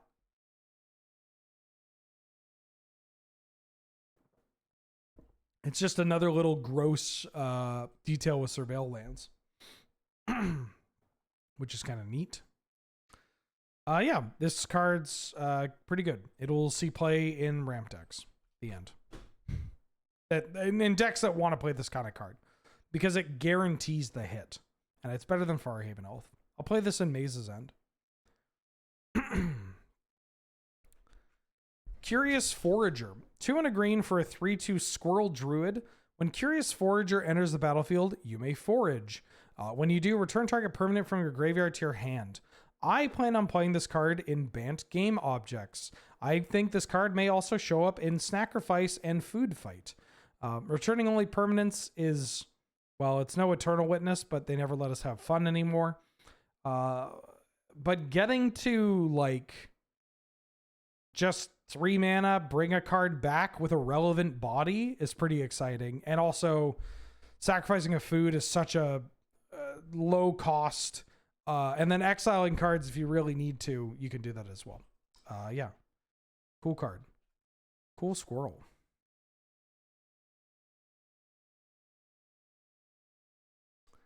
There's a turtle. I just realized the music stopped. Very cool. Oh, did I not? Fecund Green Shell. Fecund Green Shell. 3 green for a 4/6 elemental turtle with reach. And as long as you control 10 or more lands, creatures you control get +2/+2. Whenever Fecund Green Shell or another creature you control with toughness greater than its power enters, look at the top card of your library.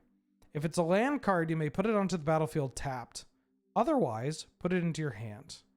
Now, at the risk of sounding like an insufferable Magic player, I am shocked that this card isn't a legendary creature.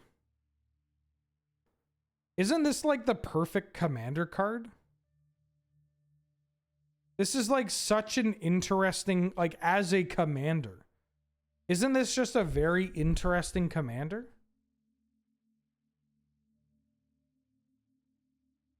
Very weird. Yeah, the self-control did not make this legendary. It's a really cool card. I imagine I'll try it in Maze's End. But I don't, well, will I even play it in Maze's End? I don't know. I have to look at that deck again. I could play it in like mono green ramp, maybe. Triggering off of all your like overgrown battlements and wall blossoms is pretty interesting. Very, very cool design. I think it's a bit too slow though. But 4/6 reach that like can end up being a 6/8 is pretty huge. That's pretty big. That's nothing to scoff at. Hello.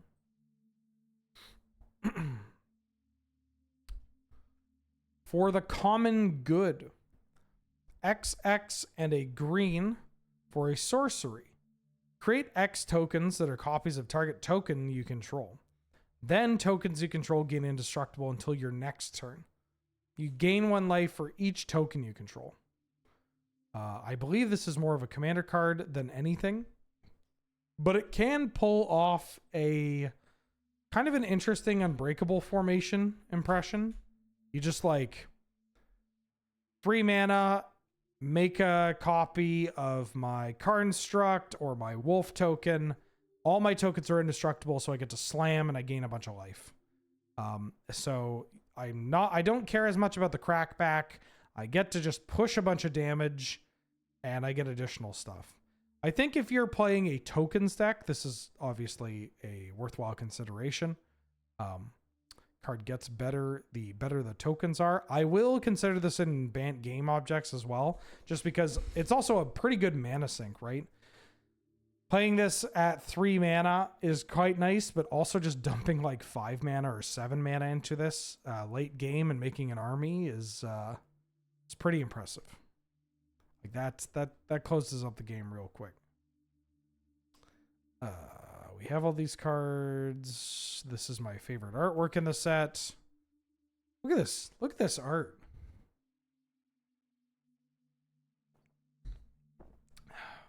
Also, incredible line of text down here. Incredible flavor text. Just because it's natural doesn't mean it's healthy. So good. So good. Cute little rabbit. The green. I mean, of course, the green. Check out the green and the green on this card. The yellow, the green. Ooh, the color. The little blue pop there. The fact that you can see, like, you can tell the different shades of grays and whites on the rabbit's fur just from grays, whites, and browns just from like the way that the yellow hits its face. Oh, c'est magnifique.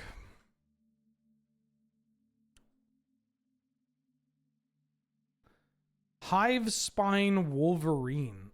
This artwork is terrifying. Oh, this poor little hedgehog. 3 green for an elemental Wolverine. It's a 5/4. When Hive Spine Wolverine enters, you choose 1.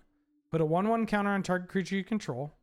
Hive Spine Wolverine fights target token, creature token, and destroy target artifact or enchantment. We've come a long way from Indrik's Stomp Howler. I think I like this card in Gladiator. It's a top end card for sure. It just hits the table and fights their little token, or it blows up their artifacts, or it just makes something else bigger and then leaves 5/4 behind. It's pricey, but that's okay. I think if you're like a mono green deck that is just like ramping up into this, I think this is a reasonable tech card to include. It does suffer from a couple of things. One, fighting a creature, 5/4 is not the, like 4 toughness is not the largest amount of toughness when it comes to fighting token creatures, especially if they're like, I don't know, like a death touch token or a dragon token. Like it can't fight a dragon token and survive. It doesn't have trample, which is, or like vigilance or reach or anything. It's just a big vanilla idiot, which can kind of deplete its ability to crunch on through or survive. And then putting a 1/1 counter on a creature is not the biggest thing. Like you're mostly including this for this last one and maybe the second one. It's kind of funny. It goes from most important at the bottom and goes, it's in reverse. Or I guess it starts off with least important and it works its way up.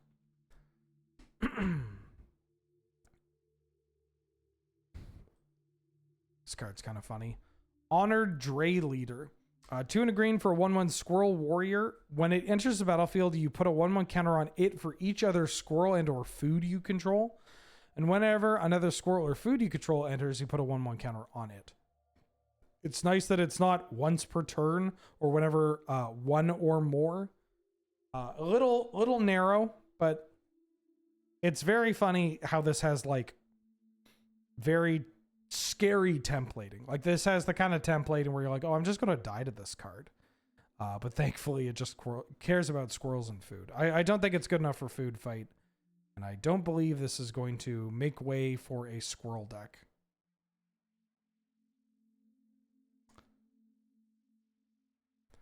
Hunter's Talent. 1 in a green for an enchantment class. When Hunter's Talent enters, target creature you control deals damage equal to its power to target creature you don't control. Level 2 for 1 in a green. Whenever you attack, target attacking creature gets +1/+0 and gains trample until end of turn. And then level 3 for 3 in a green. At the beginning of your end step, if you control a creature with power 4 or greater, draw a card. I like this card. It doesn't fight. It's like one of the best bites that we have seen, despite the fact that it doesn't hit planeswalkers. That part's a little whatever. But being able to just come down, big thing, fight other thing, or just like my 1-drop now kills your 1-drop is quite nice. Pushing for trample is great. +1/+0, whatever, but pushing for trample is pretty nice. And then this level 3 just lets you draw an extra card every turn. My issue with this card is that there's a very similar card to this, that you're kind of fighting for the same slot, which is Ranger class, where you don't get the punch ability here. But then again, you also just, if you want to play those punch cards and those fight cards, you have so many of them at 1 mana right now, which is obviously a lot less than 2. And Ranger class you can include it and kind of keep it in your creature count. The counters that you get from Ranger class, permanent. That's pretty big. That lets it spread around and scale up and makes things very scary. And then Ranger class lets you just cast creatures off the top of your deck. I think it's the same mana, right? Yeah, it's the same mana investment for each of them. And while you might not always find creatures on top to cast, when you do, you get to cast them right away. And you're like a deck with like 45 to 51 creatures or whatever. So like you'll probably find a creature on top.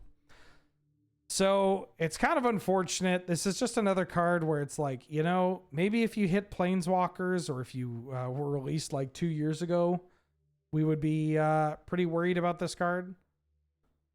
What? Isn't that a hedgehog? That's a hedgehog, right? I think this is a realistic hedgehog.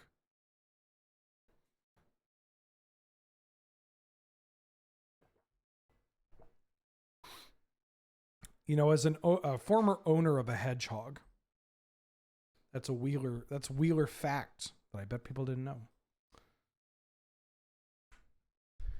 Innkeeper's Talent. I didn't even finish that sentence. I know a hedgehog when I see a hog. Innkeeper's Talent. 1 in a green for an enchantment class. At the beginning of combat on your turn, put a 1/1 counter on target creature you control. Level 2 for 1 green. Permanents you control with counters on them have ward 1. Level 3. 3 in a green. If you would put 1 or more counters on a permanent or player, put twice that many of each of those kinds of counters on that permanent or player instead. This card is great. The first ability is honestly this card is just great with this line of text. If this was like 3 mana, all my things have ward 1 and I get to put counters on on my creatures every combat. That's great. the fact that this is cheaper lets you get this immediately, and then you can, when you have one extra mana lying around, you can start popping this off. It's pretty nice. Ward 1 is very annoying. It's not like the end of the world of getting rid of cards, but it adds up, especially because a counters deck is likely to also play other cards to protect other creatures, or they're typically a deck that makes its creatures large enough so that they don't really care about red removal as much as they would like white or black. And then finally, if you just have a mana sink, you just want to start winning the game, just dumping a huge amount of counters onto all your stuff is pretty exciting. Yeah. I think this card's pretty good. I plan on playing this card in the counters deck. I could maybe even see this card showing up in like mono green.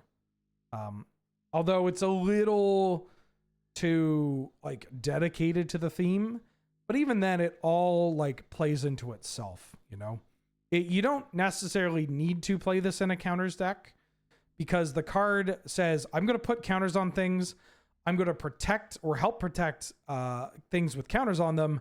And then I'm going to go over the top and really put counters on things. So it does, it's one card that does it all, you know? Multiple instances of ward do stack. Yeah.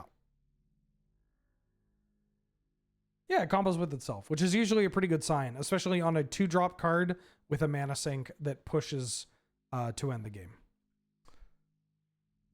Oh boy. Please to report a stellar shot today, 0 blood. Hell yeah. Let's go, Sibwow.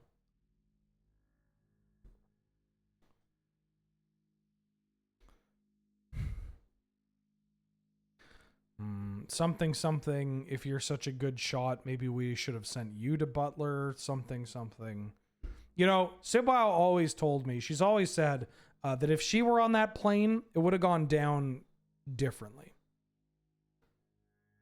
You know, history would have been a completely different story.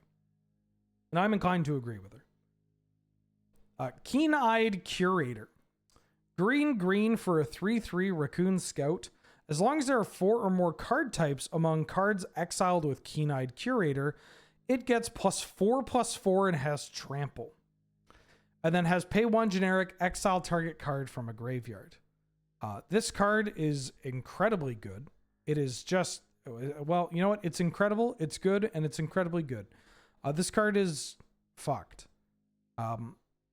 Thank God it has green, which holds it back a little bit, but honestly, with fetch lands, triomes, and all that jazz, not that much. Having a Withered Wretch ability as well, like it's not, I mean, this card and Scavenging Ooze are different. They have different benefits and bonuses. Same with like Lion Sash. Like Lion Sash obviously is white, but you know, it's a different beast here. The colorless mana for the exile is huge. That's just great. Better body, like the floor of this card is better as far as just having a 2-mana 3/3. Generic mana for the exile is pretty nice. Just doesn't matter what you're pumping into it. It doesn't gain you life. It doesn't get permanently bigger unless you fulfill this qualification. But I think this card is just a slam dunk. And I imagine basically any green X aggressive to mid-range decks are going to be looking to play this card. It's just so rude. It's so good. There's a fish fight card I don't care about. There's this bear card that I don't entirely care about. Lumra, Bellow of the Woods. 4 green for a star legendary elemental bear with vigilance and reach. Lumra has power and toughness equal number of lands you control. When Lumra enters, you mill 4 cards and then return all land cards from your graveyard to play tapped. So this card's actually, no, this isn't the one I don't care about. This one's kind of interesting because I want to play this card in Yawgmoth's Jacuzzi, aka Jacuzzi on Commission. aka the like Fast Bond Tin Fins Reanimator deck with like where is it? I'll get the list. I played it on a paper fight in the past year, I think. Right? Did I play this on a paper fight? I played this on a paper fight. Where the hell is it? I have too many fucking Canlander decks. Oh, there it is. Fastbond Tin Fins, 4-color Jacuzzi. Oh, this needs to be updated. This deck got points? No, I linked it in chat and I can show it off right here. So the idea is you are a 4-color / 5-color lands deck that uses Zurin Orb and Fast Bond combo while also having like Rain of Filth and Squandered Resources to add a bunch of mana, to use cards like Face Reward, to use cards like Second Sunrise to bring them all back. And you have like Tatiova or Gitrog Monster to draw cards. You have and like Titania to make a bunch of things. You're like a Tin Fins Reanimator kind of packet or deck too, with cards like Goryo's Vengeance and Shallow Grave, because we have a heavy emphasis on legendary creatures in here. And yeah, there's a Friday Night Paper Fight with me just like destroying Nelson with this deck that you can check out. This deck is a lot of fun. It's really tough to play, but I think it has the possibility of being a pretty powerful deck. Definitely a bit of an awkward list to put together, but with the points changes, we may be able to build this deck. Getting ruined by Alex? No, I'm pretty sure I ruined Alex as well, right? Pretty sure I killed Alex with this deck. What I'm getting at is that this deck could probably afford to play Natural Order in its point spread. And that would give you the option to Natural Order for Primeval Titan or Titania or even Gitrog and Tatiova.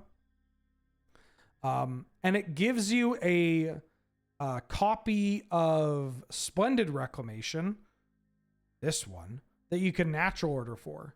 Like you could already play Aftermath Analyst, but this gives you one that just like brings all the lands back on ETB while also filling up your graveyard. Not to mention, there's a cool little tech where if I like put this into play, mill all my cards and bring all the lands back, and then I sack all the lands to like Zurin Orb or Rain of Filth, and I have 0 lands in play, this card's going to die, putting it in the graveyard, which means then I can reanimate it again and do it all over again. So this can actually combo with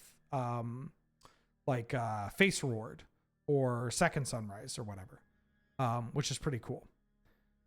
Oath of Druids into this card is kind of hot. Maybe this deck should play Oath. You could make a combo deck. Ooh, maybe that's a cool deck I can make. Because I could do... what if we do Lumra, Mystic Sanctuary? Oh no, Mystic Sanctuary needs to come to play untapped. Is there a way that I can return... All right, we're cooking. I want to figure something out. This is a cool deck. This card has a role for this. Yeah, we could use Amulet of Vigor or Spelunking, but that's just adding more cards. I like the idea of all these pieces kind of doing other things. You know, they all kind of gel together. Like this being a green creature that is a legendary, so it works with the Legends package and the tutor, like the Time of Need tutors and the Goryo's Vengeance and Caracas if you're really feeling nasty.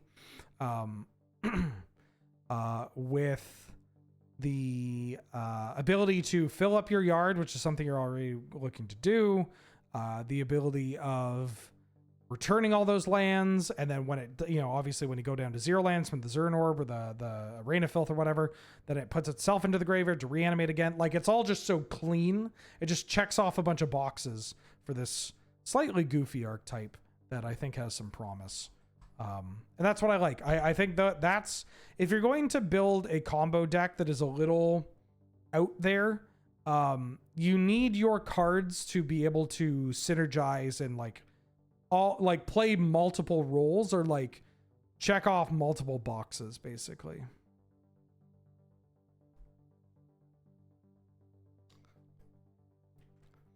Mist Breath Warrior. 1 green for a 2/2 frog warrior. At the beginning of your upkeep, return another creature you control to its owner's hand. If you do, put a 1/1 counter on Mist Breath Elder. Otherwise, you may return Mist Breath Elder to its owner's hand. This is a very weird 1-drop.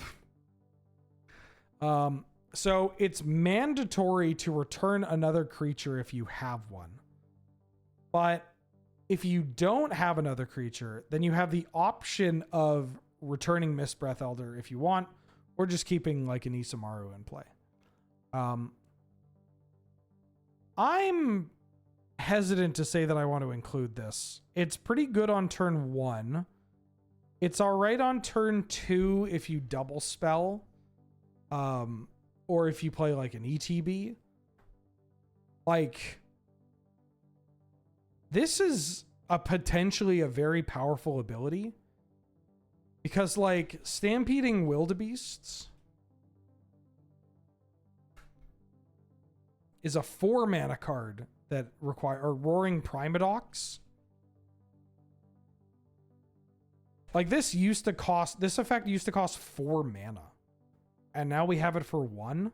Like, I think people are going to look at this and narrow in on like, oh, I have an Isamaru, but it has a downside. And instead, I kind of just want to look at this as like a cheap like combo enabler. Returning my Eternal Witness or Timeless Witness to like time walk loop them. Being a 1 mana green creature is pretty important too. Makes it really easy to Green Sun Zenith or Quarter Calling this card up. If you're on pod, you could like pod a Dryad Arbor. So it's not a May trigger unless you have no. If I have Mist Breath Elder and like a Emrakul, I have to return that Emrakul. I have to return the other creature I have. If I don't have another creature, then I can say, oh, I don't want to return that. Yeah.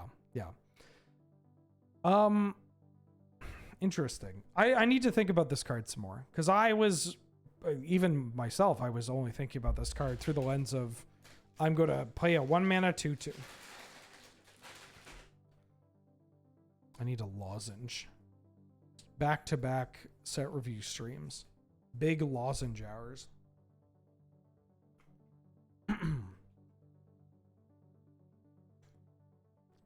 They made Nissa a frog. This is so funny. In this one, they made Nissa a sexy frog. And in this one, they made Nissa a frog.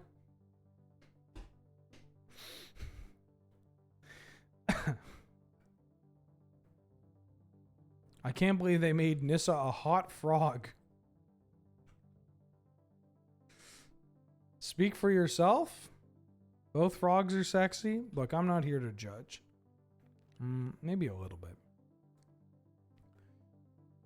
Is Nissa your green lover? Wait, no, those are turtles, not frogs. Hold on.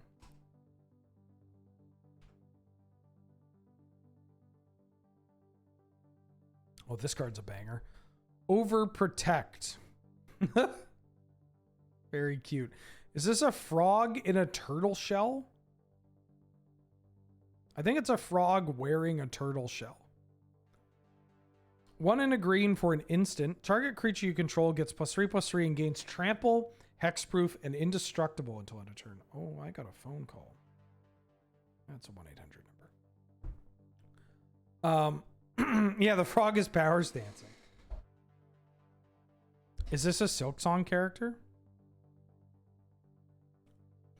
Blor's defenses are impervious. Blor the Impervious. Eggs. That's pretty good. EGGS eggs. Zoltaris, welcome back for the 14th month. Hello. I haven't been about for a while, but holy shit, a year streak. Let's go, baby. I see we've added more Rathews. The stream may contain any number of Rathews. Yeah, we've got Rathew, we've got Hathew, and we've got Rat3.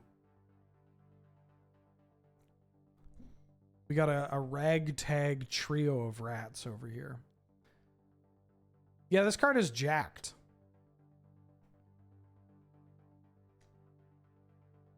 Like, this is, what is it? Predator Strike from Mirrodin? Except hexproof and indestructible. Jesus Christ. Yeah. This card is pretty good. This is pretty good. You're going to die to this card. I'm going to play this card in Infect. And maybe Naya Double Strike. It is 2 mana, but those decks really look to push with Trample. And Indestructible and Hexproof is pretty slick. Because it's the classic Blossoming defense of like, they try to kill you, and it's like, try to kill your creature, and like, actually, my creature doesn't die, and now you die. Which is pretty spicy.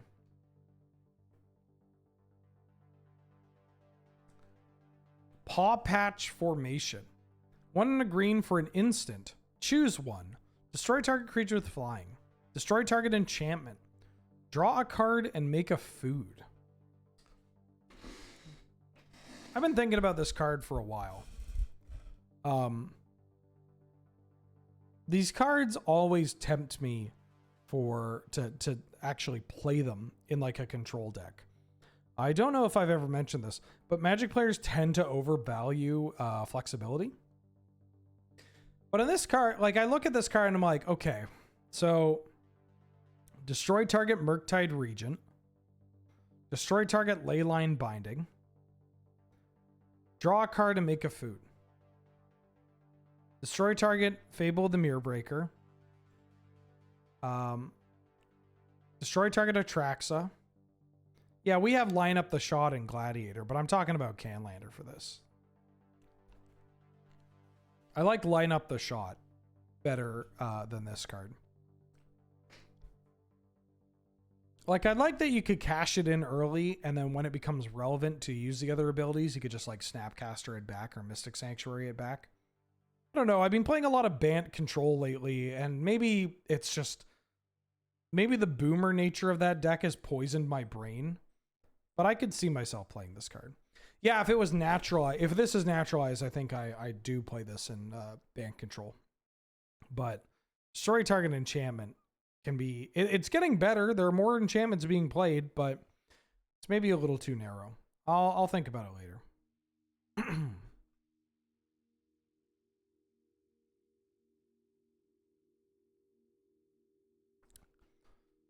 Paw Patch Recruit. 1 mana for a 2/1 Rabbit Warrior with Offspring for 2 generic. It has Trample, and whenever a creature you control becomes a target of a spell or ability an opponent controls, you put a 1/1 counter on target creature you control other than that creature. This card is incredibly good.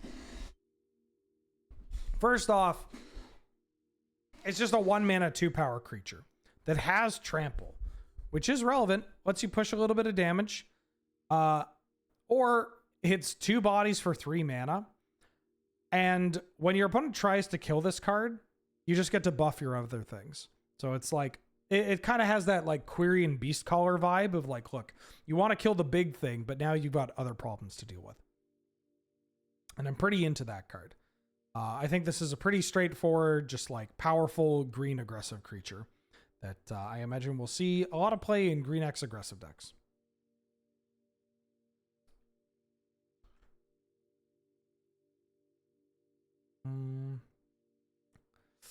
No, I don't care about that card. Don't care about that. Don't care about that. Yeah, there are a lot of rabbits that are pretty good. I don't know. Let's take a look at the rabbits really quickly.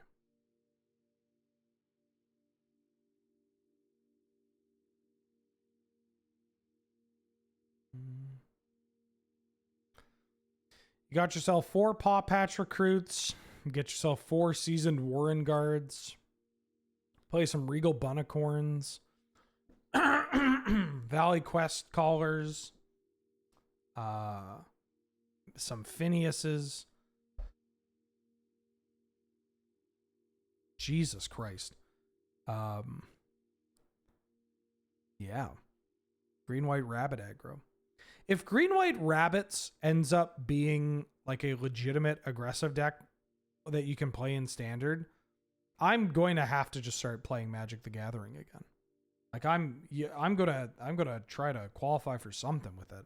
Splash blue for Visordrix, the most foolish of Magic cards.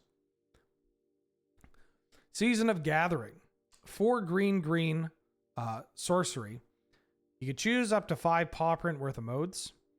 1 paw print, put a 1/1 counter on a creature you control. It gains vigilance and trample until end of turn.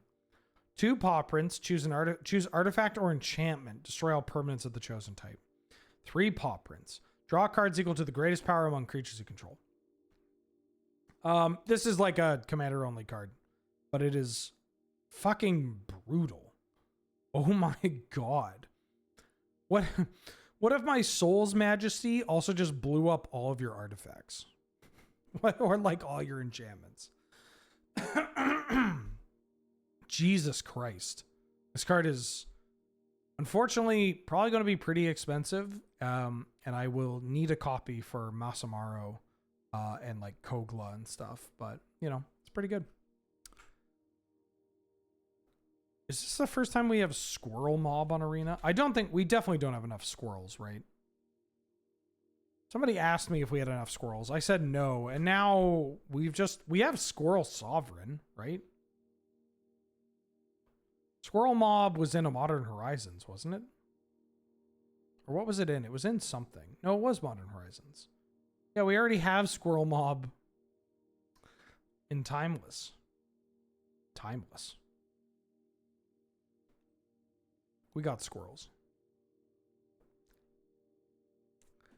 No,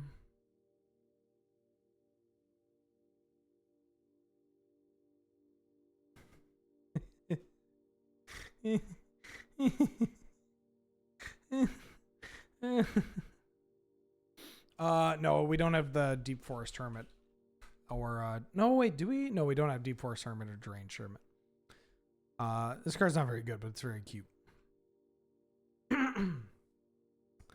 Sylvan Tutor. 1 green sorcery. Search your library for a creature card. Reveal it. Shuffle your library. Put it on top. This card sucks. It is so bad. The only time you should be playing Sylvan Tutor. It's a reprint, by the way.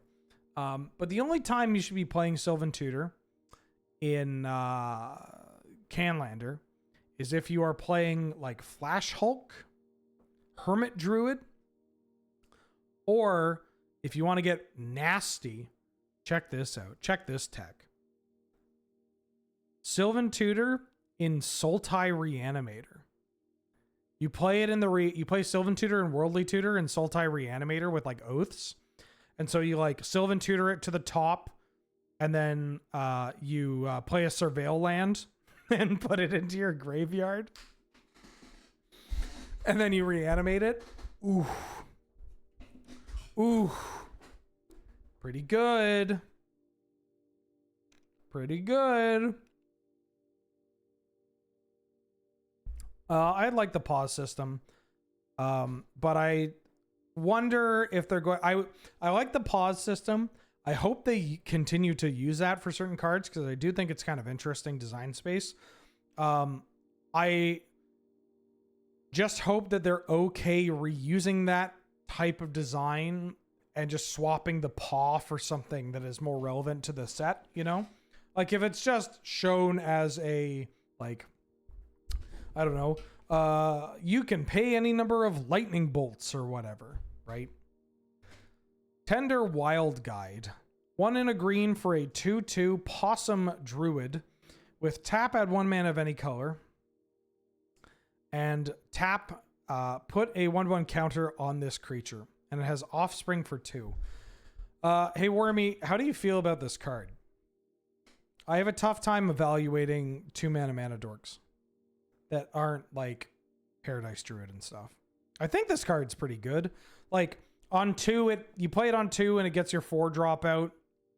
You play it on 2, and then if you have a 3-drop you want to play, you can play a 3 and then have this block as a 3/3. You draw this late, you get 2 bodies for 4 mana that can both grow. I feel like this card's got to be good, right? Like, I'm going to play it in Gladiator counters. But the two mana dorks, I just don't have a good read on them, you know? It's not my wheeler house.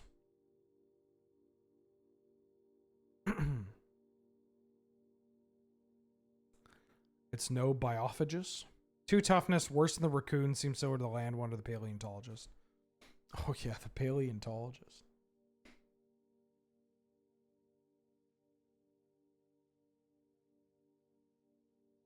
Cool card. I think it's a cool card. You like the Bramble Sovereign? Wait, no, not Bramble Sovereign. Bramble Familiar? Why are you allowed to boo? Why do you want to boo me? Why are you booing me? I'm right. Oh, little baby. Oh, little baby. The position does make it kind of look like the possum had a piss, and from that grew the flower, and he's very proud. Power Flapjack, welcome back for the 18th month. Which forest folk has the most powerful little fella energy, in my expert opinion? I mean, I'm going to say rabbit. I'm going to say rabbit every time. Yeah, I'm going to say rabbit.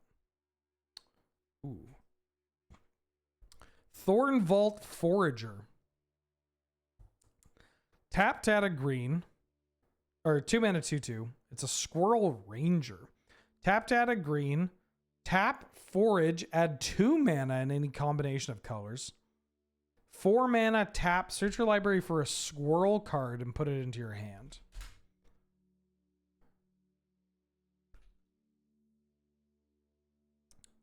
So what actual squirrels are we playing?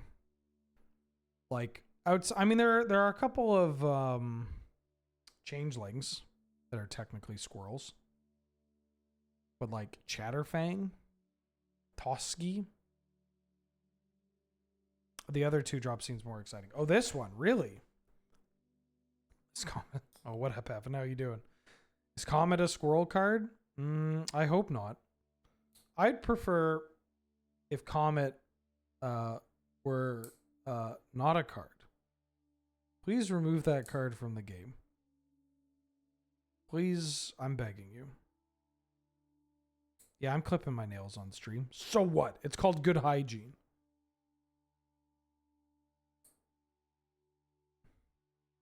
If I don't clip my nails, I may bite my nails. Don't kill the dog. I'm not going to kill it. I'm just going to set it into space.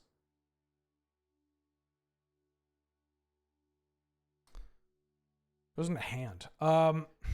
Yeah, there aren't many squirrels that you can find with this card. I mean, I guess, like, you could be playing, like, Sacrifice. This is a wild ability, right? Like, if you can get it set up, jumping to 5 mana on turn 3 off of 1 card is kind of fucked.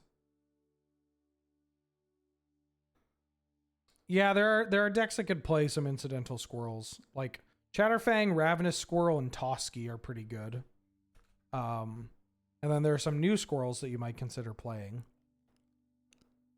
Like, this card will see play.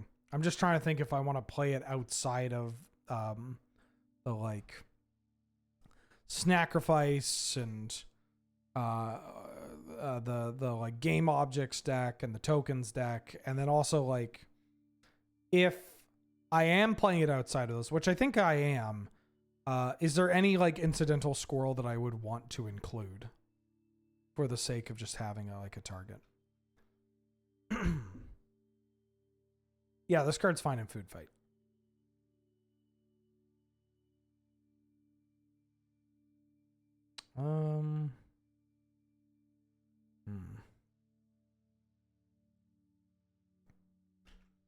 Valley Might Caller.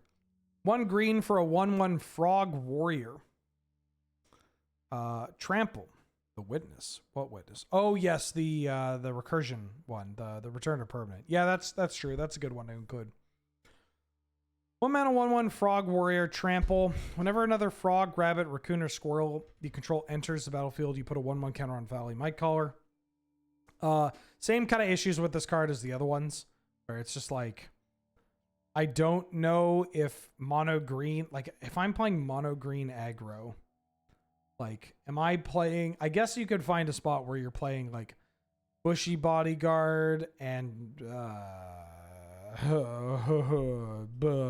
Thornvald Forager and Toski and Bloated Toad and Chub Toad. Yeah, it just doesn't feel like it does enough.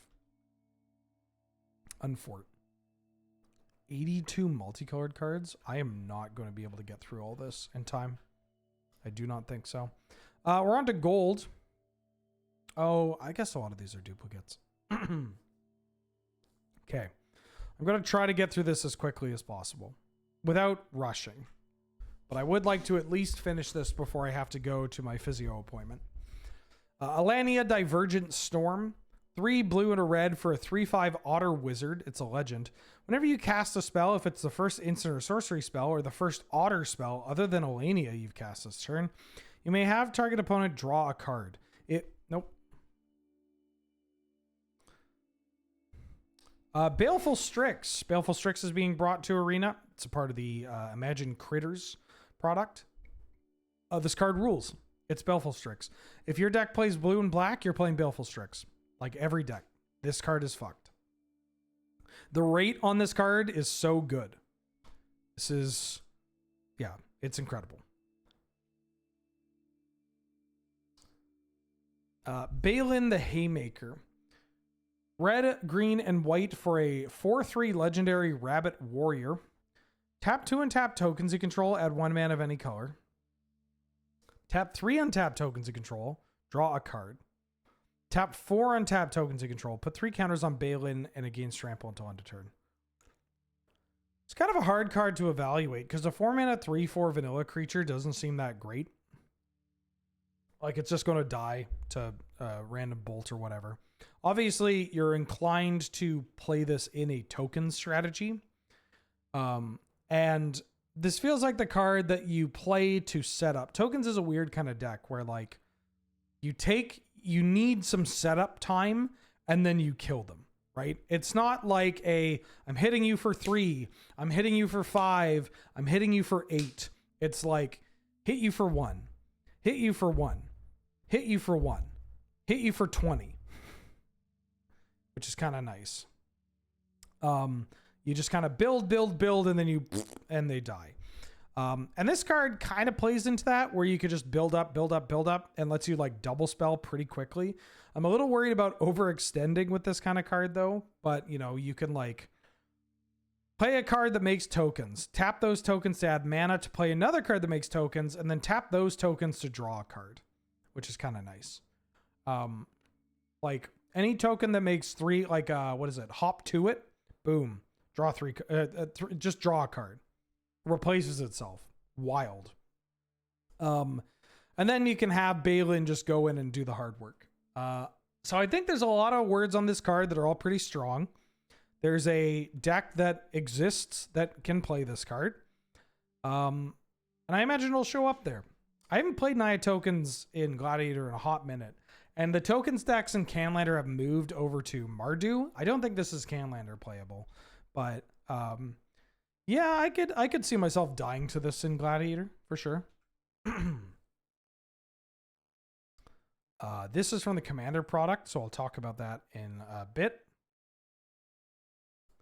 I mean, we can talk about it now. It's not very good.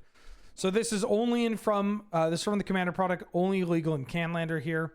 Bellow, Bard of the Brambles, 1 red and a green for a 3/3 legendary Raccoon Bard. During your turn, each non-equipment, artifact, and non-aura enchantment you control, mana value 4 or greater. I don't want to talk about these. I just want to talk about cards that are playable in our formats, not Commander. Bria, Riptide Rogue, 2 blue and a red for a 3/3 Prowess, legendary Otter Rogue. Other creatures you control have Prowess. Whenever you cast a non-creature spell, target creature you control can't be blocked this turn. This is a 4 mana 3/3, which is not super exciting. I feel like if I'm playing a card in this slot, I want to play Narset Enlightened Exile. That card is actually just like, oh, if you untap, you get to win the game, which is kind of wild. That Narset also has an additional toughness. It does cost white mana, but that's okay. Just cost, that's fine. You'll get there. But this last ability is pretty good at pushing damage. I just feel like this is too much mana for something that's a little too vulnerable, that realistically decks that play this kind of card only have room for one of them, and we have a better version available. Burrowguard Mentor. Cute rabbit. Green and a white for a star trample rabbit soldier. Burrowguard Mentor's power and toughness are each equal to the number of creatures you control.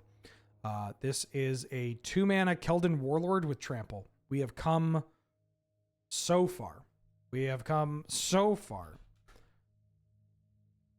If I'm playing like green-white shitters, then this is fine. Like green-white little kid.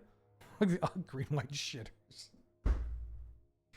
If we're playing green-white little kid, I'll consider playing this card. It's realistically just better than Shauna. Sisei's Legacy. Because how often does Shauna's first line of text actually pop up? Yeah, green, white, little bunnies. Wee little shits. I don't know. It's a French vanilla card that gets pretty big in the right deck, right? With Bunnicorn, gets huge. It's kind of nice. This is a Commander Rabbit. I don't like the art. Oh, that's why. This is a part of its... Okay, never mind. For whatever reason, I was like, this is a part of the background in the stairs. I was like, what is going on with his body? This is like an Olivia Voldaren kind of thing. But yeah, no, this is a Commander Rabbit. This card's pretty good, though. Camellia, the Seed Miser. 1 black and a green for a 3/3 legendary creature Squirrel Warlock with Menace. Other squirrels you control have Menace. Whenever you sacrifice 1 or more foods, you create a 1/1 squirrel token. Pay 2 and forage. Put a 1/1 counter on each other squirrel you control. I think this card's pretty good for Food Fight or for Jund Sacrifice, or even like a 4-color game objects.deck kind of build. Menace is always a nice keyword to have. This like actually means that this card can smack in and do some heavy lifting. Doesn't matter how you sack the foods to get squirrels. Pretty great. And then just gives you a way to sack foods to get squirrels and to buff said squirrels, which is pretty cool and good. Yeah. I would play this card. No, if you use the last ability, you will get the counter. So you pay the cost of 2 and sack the food, and then the ability goes on the stack, and you have a triggered ability that says, hey, you sacked a food, so make a squirrel. So you make the squirrel, then the counter ability resolves and the squirrel gets bigger. So it works the way you want.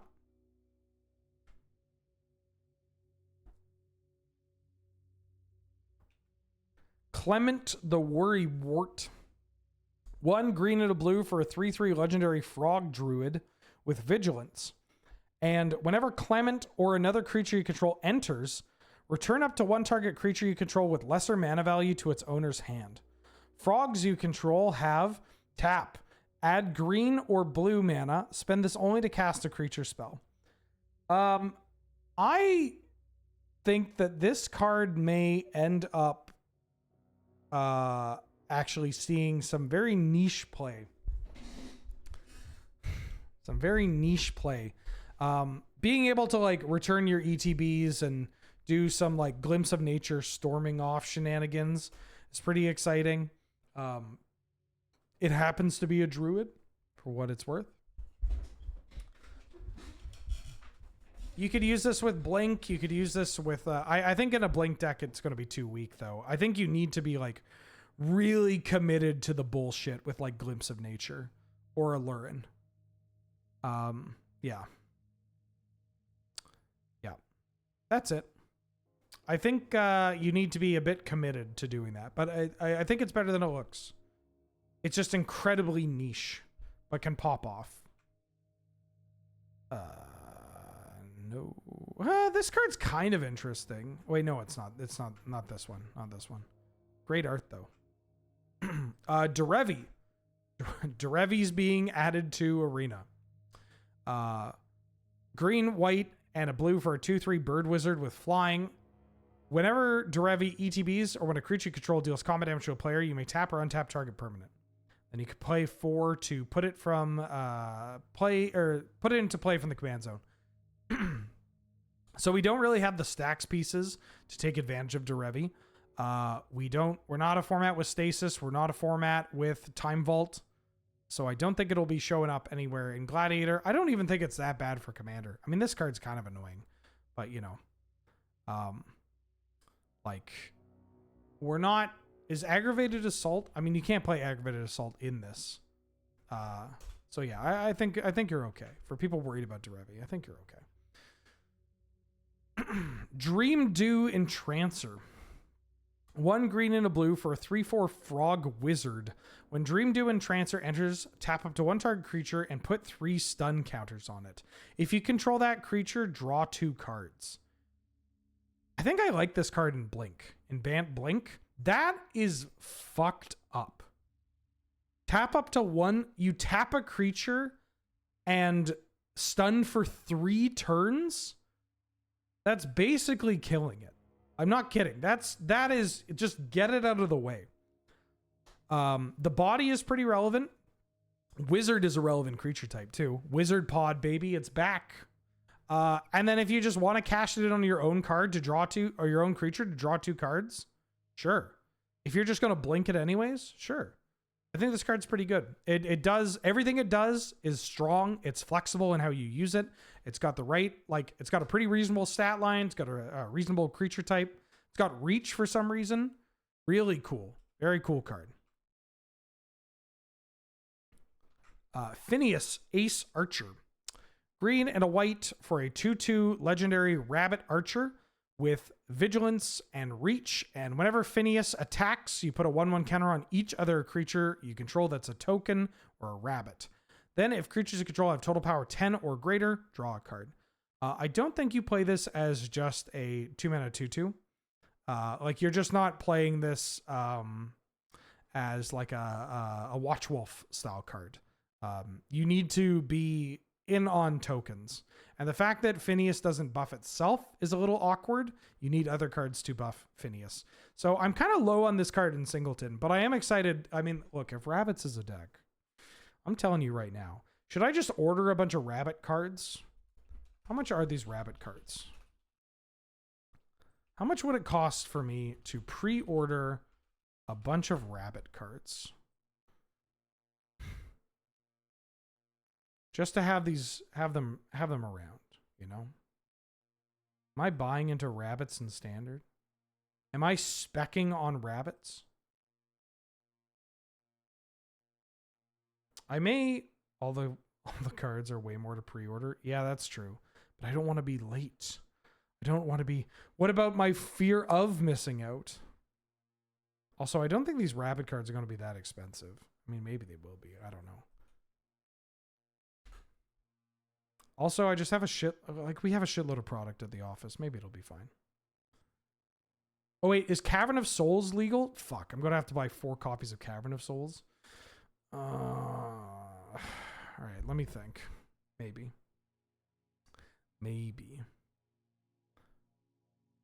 Fireglass Mentor. Black and a red for a 2/1 Lizard Warlock. At the beginning of your second main phase, if an opponent lost life this turn, exile the top 2 cards of your library. Choose one of them. Until end of your turn, you may play that card. I think this is okay in like a black-red mid-range to aggressive deck. This is not a Dark Confidant. This is much harder to get going, to have this be active. Especially if you're relying on this card to be able to push it. But like, if we're like a Rakdos mid-rangey, like Caustic Bronco, Inti style of deck, then you know what? Yeah, I could fuck with this card. It's not like a slam dunk, like, hell yeah, this is so good. I can't wait to play Rakdos because of this. Especially, and this is the kind of card that is prone to that sort of like gut reaction evaluation. It's not there, but I do think that this card is pretty good, or has the potential to be pretty good. It may just be a little too weak with the 1 toughness, though. That's the thing. The 1 toughness and requiring to attack may be a bit too hard to get it to do a thing. Flubs the Fool. Green, blue, and a red for a 0/5 Frog Scout. You may play an additional land on each of your turns. And whenever you play a land or cast a spell, draw a card if you have no cards in your hand. Otherwise, discard a card. Very cool design. I love that they printed a card with an actual downside. Pretty messed up ability, though, if you can get it chaining and popping off. Obviously, this artwork is incredible. It's a callback to the tarot card of the Fool. Except it's a frog. He knows exactly where he's going and exactly how he isn't getting there. Just great flavor text too. I was thinking about this card in Canlander because this is the. Oh, hold on. Is the buy a box promo going to be in standard?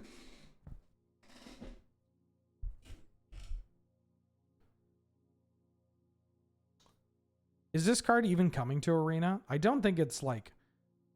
My evaluation is I don't think this card is playable outside of Commander at the end of the day. Nexus of Fate was in standard. Buy a box promos come to Arena. No, it's marked as BLC. And we got Flusterstorm. I love the internet. We fucking love the internet. Okay. Well, either way, I don't think it's good enough. But it's tempting.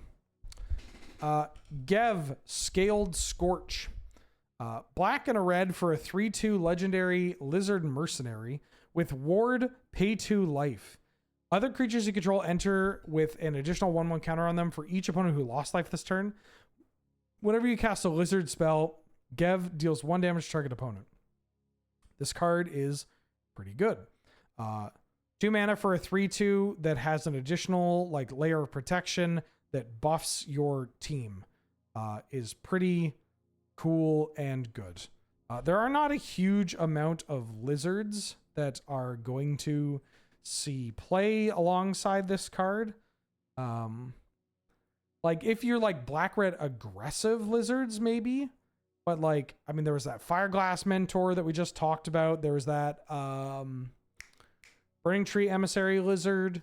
I mean, I guess you could play like Party Thrasher or whatever. There are a couple of cards kicking it, but not a huge amount to trigger this last ability. But honestly, you don't really need this last ability. It's just like ahead of the curve thing that is a bit annoying that makes your other things bigger. Great. Oh shit. Yeah, this combos with Murderous Redcap. That's pretty cool. All right, this is my favorite frog in the set. I like Flub as a Fool, but this is me. You know, obviously, if I were to pick an animal from the set, it would be a rabbit. But I feel like there are some folks that would say, no, I'm more of a frog here.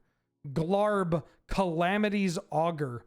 Black, green, and a blue for a 2/4 legendary frog wizard noble with Death Touch. And you may look at the top card of your library anytime. You may play lands and cast spells with mana value 4 or greater from the top of your library and tap to Surveil 2. This is mostly just like a Courser of Krufix style card that will also have the potential of casting some pretty impactful stuff. Very awkward to punch through. I want to play this in Canlander. I don't think I should. I'm going to play it in the lands decks in Gladiator. Because you just have some really big Like that, you're more likely to play some bigger spells in that list anyways. Just Death Touch, big butt, free lands off the top, potentially casting spells, Surveil. I want to love this card. And I'm willing to give it a shot. I'm willing to even give this a shot and like Sultai Control. You know? As weird as that sounds, it survives enough things. It's awkward on the defense. It's pretty reasonable at pressuring planeswalkers.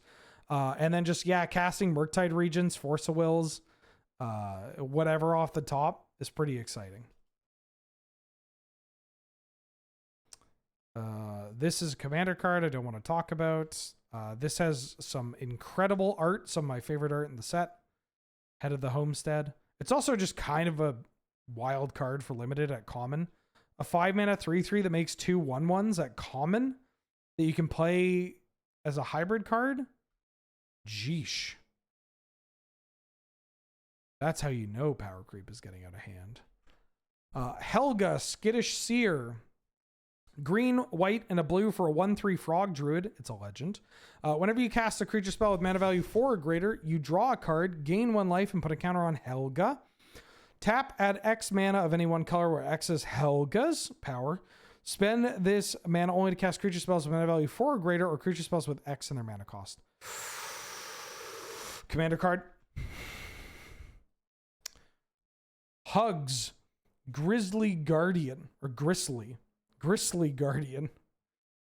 X, red, green for a 5/5 legendary Badger Warrior with Trample.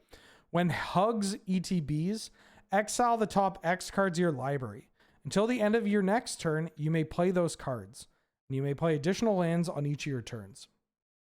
I imagine this card will see play in some of the ramp decks in Gladiator. But honestly, where I'm most excited to play this card is testing this out in the lands decks in Highlander. For a couple of reasons. One, the floor is that this card is just an overstated big idiot that lets you pay additional lands, which in a lands mid-range deck is something that you want. It happens to be a legendary creature, which if this gets Karakas, then you just get to play it and find a bunch of cards off the top of your deck and whatever. Or you could be the one Karakasing your own Hugs after you've played it out earlier to then take advantage of the infinite mana that you have off of the like the lands combo. And then once you have infinite mana, you just get to play this with X being a million to draw your deck and then find whatever you want and kill them. So it's a big idiot. It's a powerful idiot. Lets you play the additional lands. Lets you like actually just kill them with one card when you generate infinite mana, which is something that the lands decks can do, is they generate infinite mana and they're like, well, now what? Well, now what I'm doing? Or even just a shitload of mana. It doesn't even have to be infinite. You just like don't have a way to draw a card. You just add a shitload of mana, take some damage off your fast bond, play a Hugs, get a bunch of other lands, and then you're off to the races. Ishai is coming to Arena. This card is not good, incredibly vulnerable. It's a 4-mana 1/1. Castrol the Wind-Crested. 5-mana 4/5 Bird Scout Legend with flying. Whenever one or more birds you control deal combat damage to a player, you can choose one. You can put a bird card from your hand or graveyard into play with a finality counter on it. Put a 1/1 counter on each bird you control, or draw a card. Okay.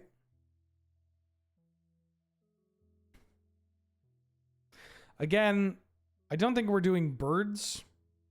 There are some good birds that see play, but this is a very expensive bird that just requires so much to go right. Whoa, what the hell is this art?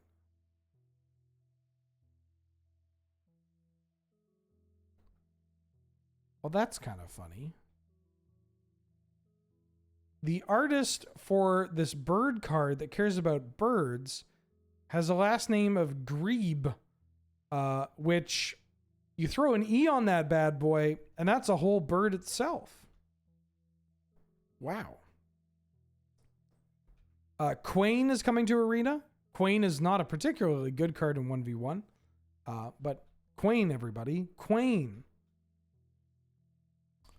Lily Splash Mentor. 2 green and a blue for a 4/4 frog druid with reach that has 1 green and a blue. Exile another target creature you control. The return to play under its owner's control with a 1/1 counter on it. Activate only as a sorcery. This one has some... I noticed people were talking about this card with Temur Sabertooth. And they were like, this card is so much better than Temur Sabertooth. I guess this flickers it. And Sabertooth returns it to your hand. But the fact that you can Sabertooth as an instant to save either the Sabertooth or the creature that you're playing, like your Dockside Extortionist, seems pretty important to me. Only as a sorcery, being an extra mana and being an additional color does not seem like an added benefit. But, you know. I do want to see if there's a way to take advantage with this card in our format. Do we have, like... It's less mana? I mean, it's, like... It's less mana, technically, but if you're going infinite, it's, like... It's 1 less mana. With a bunch of other additional baggage attached to it. I think Dockside is... I think the Sabertooth is likely just better. I don't know. It's kind of cool. It's nice that it's a blink card. I imagine I'll try it with blink, but I'm trying to think of, like... Is there a way that I could play this card and like flicker something that untaps lands? Do we have we don't have Peregrine Drake, right? Why do I think that we had Peregrine Drake? We do not have Peregrine Drake. Good. Good. I mean, do we have a thing? Legal, timeless. Do we have a thing that untaps? Do we have a creature that untaps lands that comes into play? I don't think so. Oh well. Derevi? Don't know if we're going to have enough mana for Derevi. Lunar Convocation. Black and a white for an enchantment. At the beginning of your end step, you gain life. This turn, each opponent loses 1. Beginning of your end step, if you gained life and lost life, you make a bat. Pay 1 into black, pay 2 life, draw a card.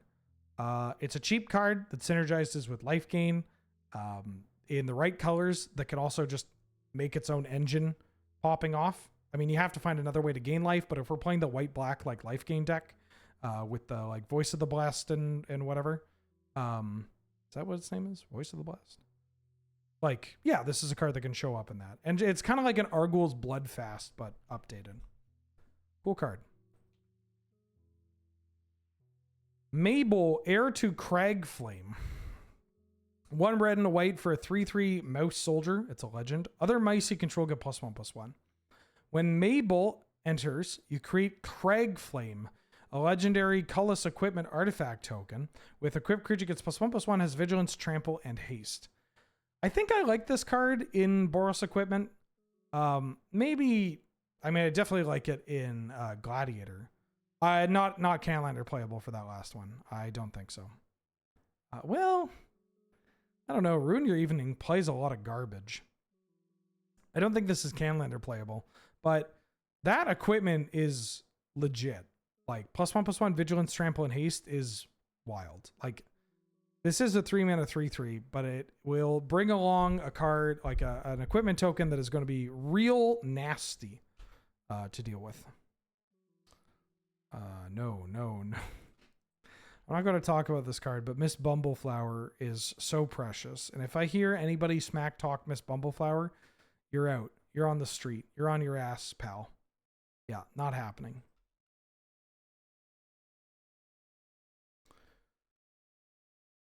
Moira Trash Tactician. 1 red and a green for a 2/4 legendary raccoon warrior. Beginning of your first main phase, add a red or green for each raccoon you control. When you expend 4, gain 3 life. When you expend 8, oh fuck no.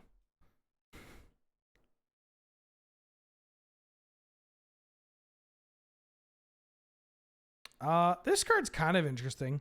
Plume Creed Mentor, 3-mana 2/3 Flying Bird Scout. Whenever it or another creature with flying ETBs, you put a 1/1 counter on target creature you control without flying. It's a little awkward because typically the whole conceit of the Skies deck is that everything has flying, and so they just don't get to block. Which means I don't think this is really good enough, but you may have some cards that are just unblockable in the Skies deck and want to play this, but I just think it's a little too awkward, you know? No, I'm not excited for the 8-mana Ren's Resolve. I am excited for Pawn Prophet. This card is great. 2 hybrid Simic for a 1/1 Frog Advisor. When it ETBs, you draw a card. Incredible. Incredible. Blue, draw a card on ETB? Let's fucking go. Let's go. Hell yeah. I'll take as many of these as they give us.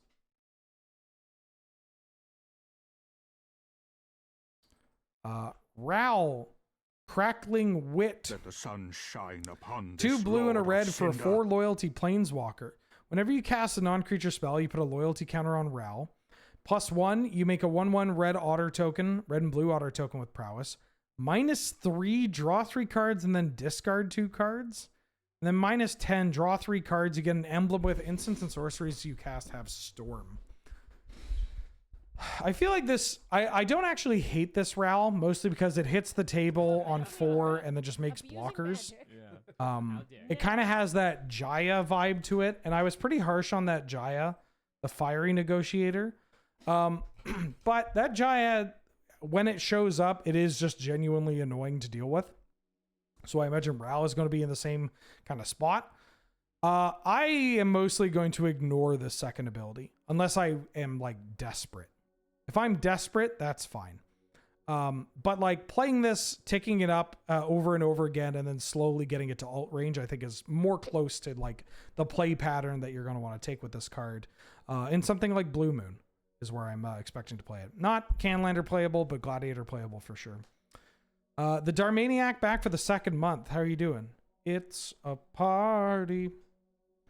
And I grab myself tonight. Gotta have some party. Classic Busta Rhymes song. Thank you for the support. Glad to have you. Good to see you. Holy moly, Oli. Welcome to the stream. Thank you for subscribing and joining the channel. Glad to have you. Good to see you. How you doing? How you been? Thank you so much.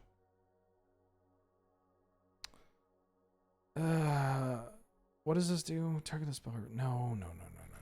2 toughness. Ugh. Oh, this card's good. Stormcatch Mentor. Blue and a red for a 1/1 Otter Wizard with haste and prowess. And instants and sorceries you cast cost 1 less to cast. Yeah, this is a Goblin Electromancer variant, but also has prowess and haste. I imagine if you're playing Goblin Electromancers, you are playing this card. And I imagine this is the kind of card that you would play in a deck that wants Goblin Electromancers, but it's just not playing it because the rate's not great. Time to bust out the big gay Electric Prince Moonstorm, too, because Time Walk... wait, how many points is Time Walk? Did we reduce Time Walk yet? We reduced Time Walk, right? I gotta tell you, going to Europe kind of fucked my brain. This is what vacation does to a motherfucker. I just don't remember anything from before the vacation. I just don't care. I mean, I care, but I'm just like, I could really go for just like lying down, you know? We already have the Tameo and Teferi, although it's very cute that we got Tameo here with the rabbit ears. You're playing a 9-point deck by accident for similar reasons. I had a spot where we were recording like a showdown peps. When I'm going over my points, I'm like, oh fuck, I'm over points. And I had just like 3-0'd Nelson or something. And I was like, oh my God, we're over points. Oh fuck. We're going to have to scrap this entire recording. And then I remember that both Tainted Pact, or not Tainted Pact, that Strip was reduced. And I was like, oh, we reduced Strip to 2 points. Oh, of course. What were we thinking? It's a good little moment. Gitrog's already here. Infamous Cruel Claw.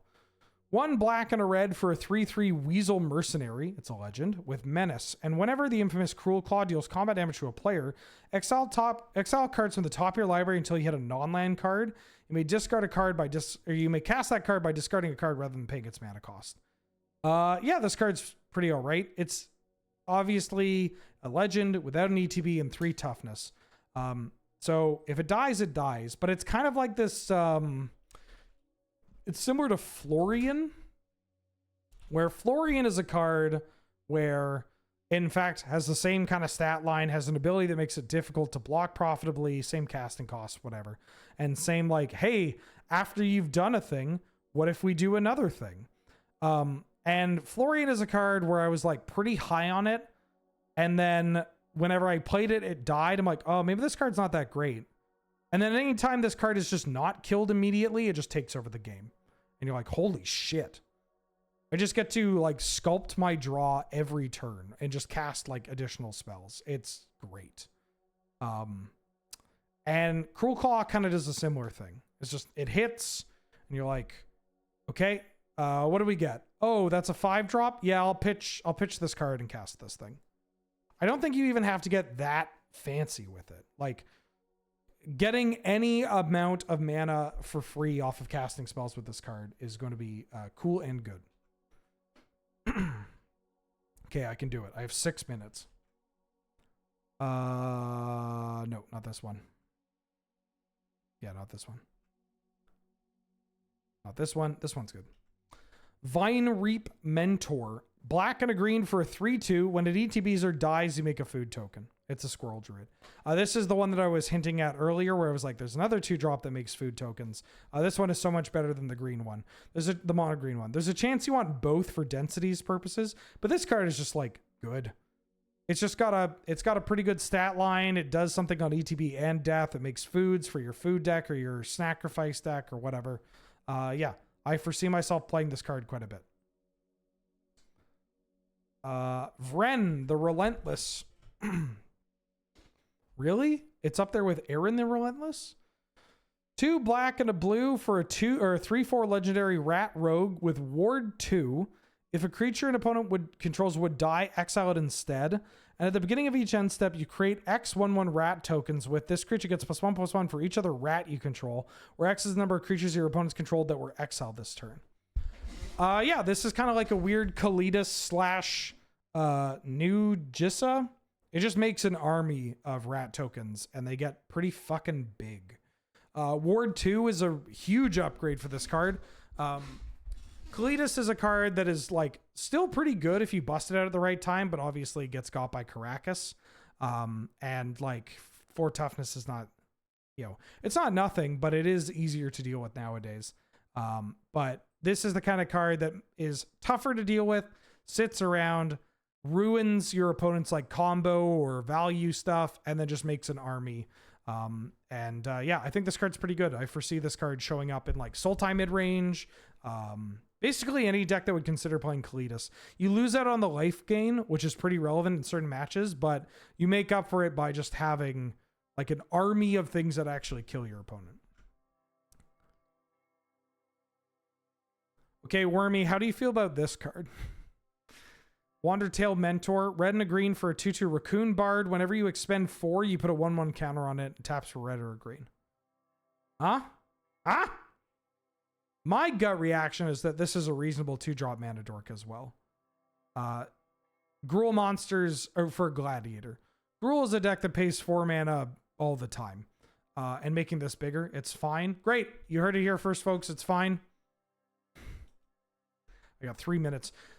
Ygra, Eater of All. 3 black and a green for a 6/6 elemental cat with ward, sacrifice a food. Other creatures are food in addition to their other types. Whenever a food is put into a graveyard from play, put 2 1/1 counters on Ygra, Eater of All. I think this card is pretty good. It's kind of like a cracked Vein Ripper. Well, it's a Vein Ripper that you can't put into play off of Sorin. But, ward sack a food, obviously making this ward sack a creature, is pretty powerful. Especially with the like ward trigger on the stack, you could just kill their thing, and then they just don't have like they can the same thing with Vein Ripper, right? They go to use a removal spell on this, and then they're like, I'll sack my one creature. You're like, in response, I'll kill your creature. They're like, oh fuck.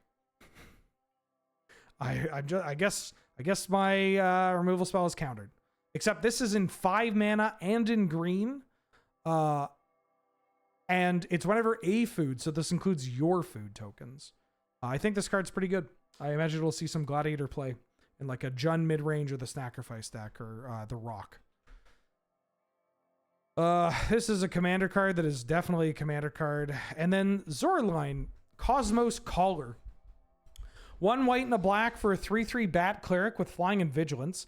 Whenever a bat you control attacks, you gain 1 life. This is probably one of the few bats you will play, other than like Sanguine Battle Mage or whatever the fuck the 2-1's called.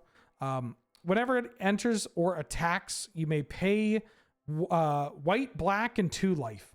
When you do, return target non-land permanent with mana value 3 or less from your graveyard to play with a finality counter on it.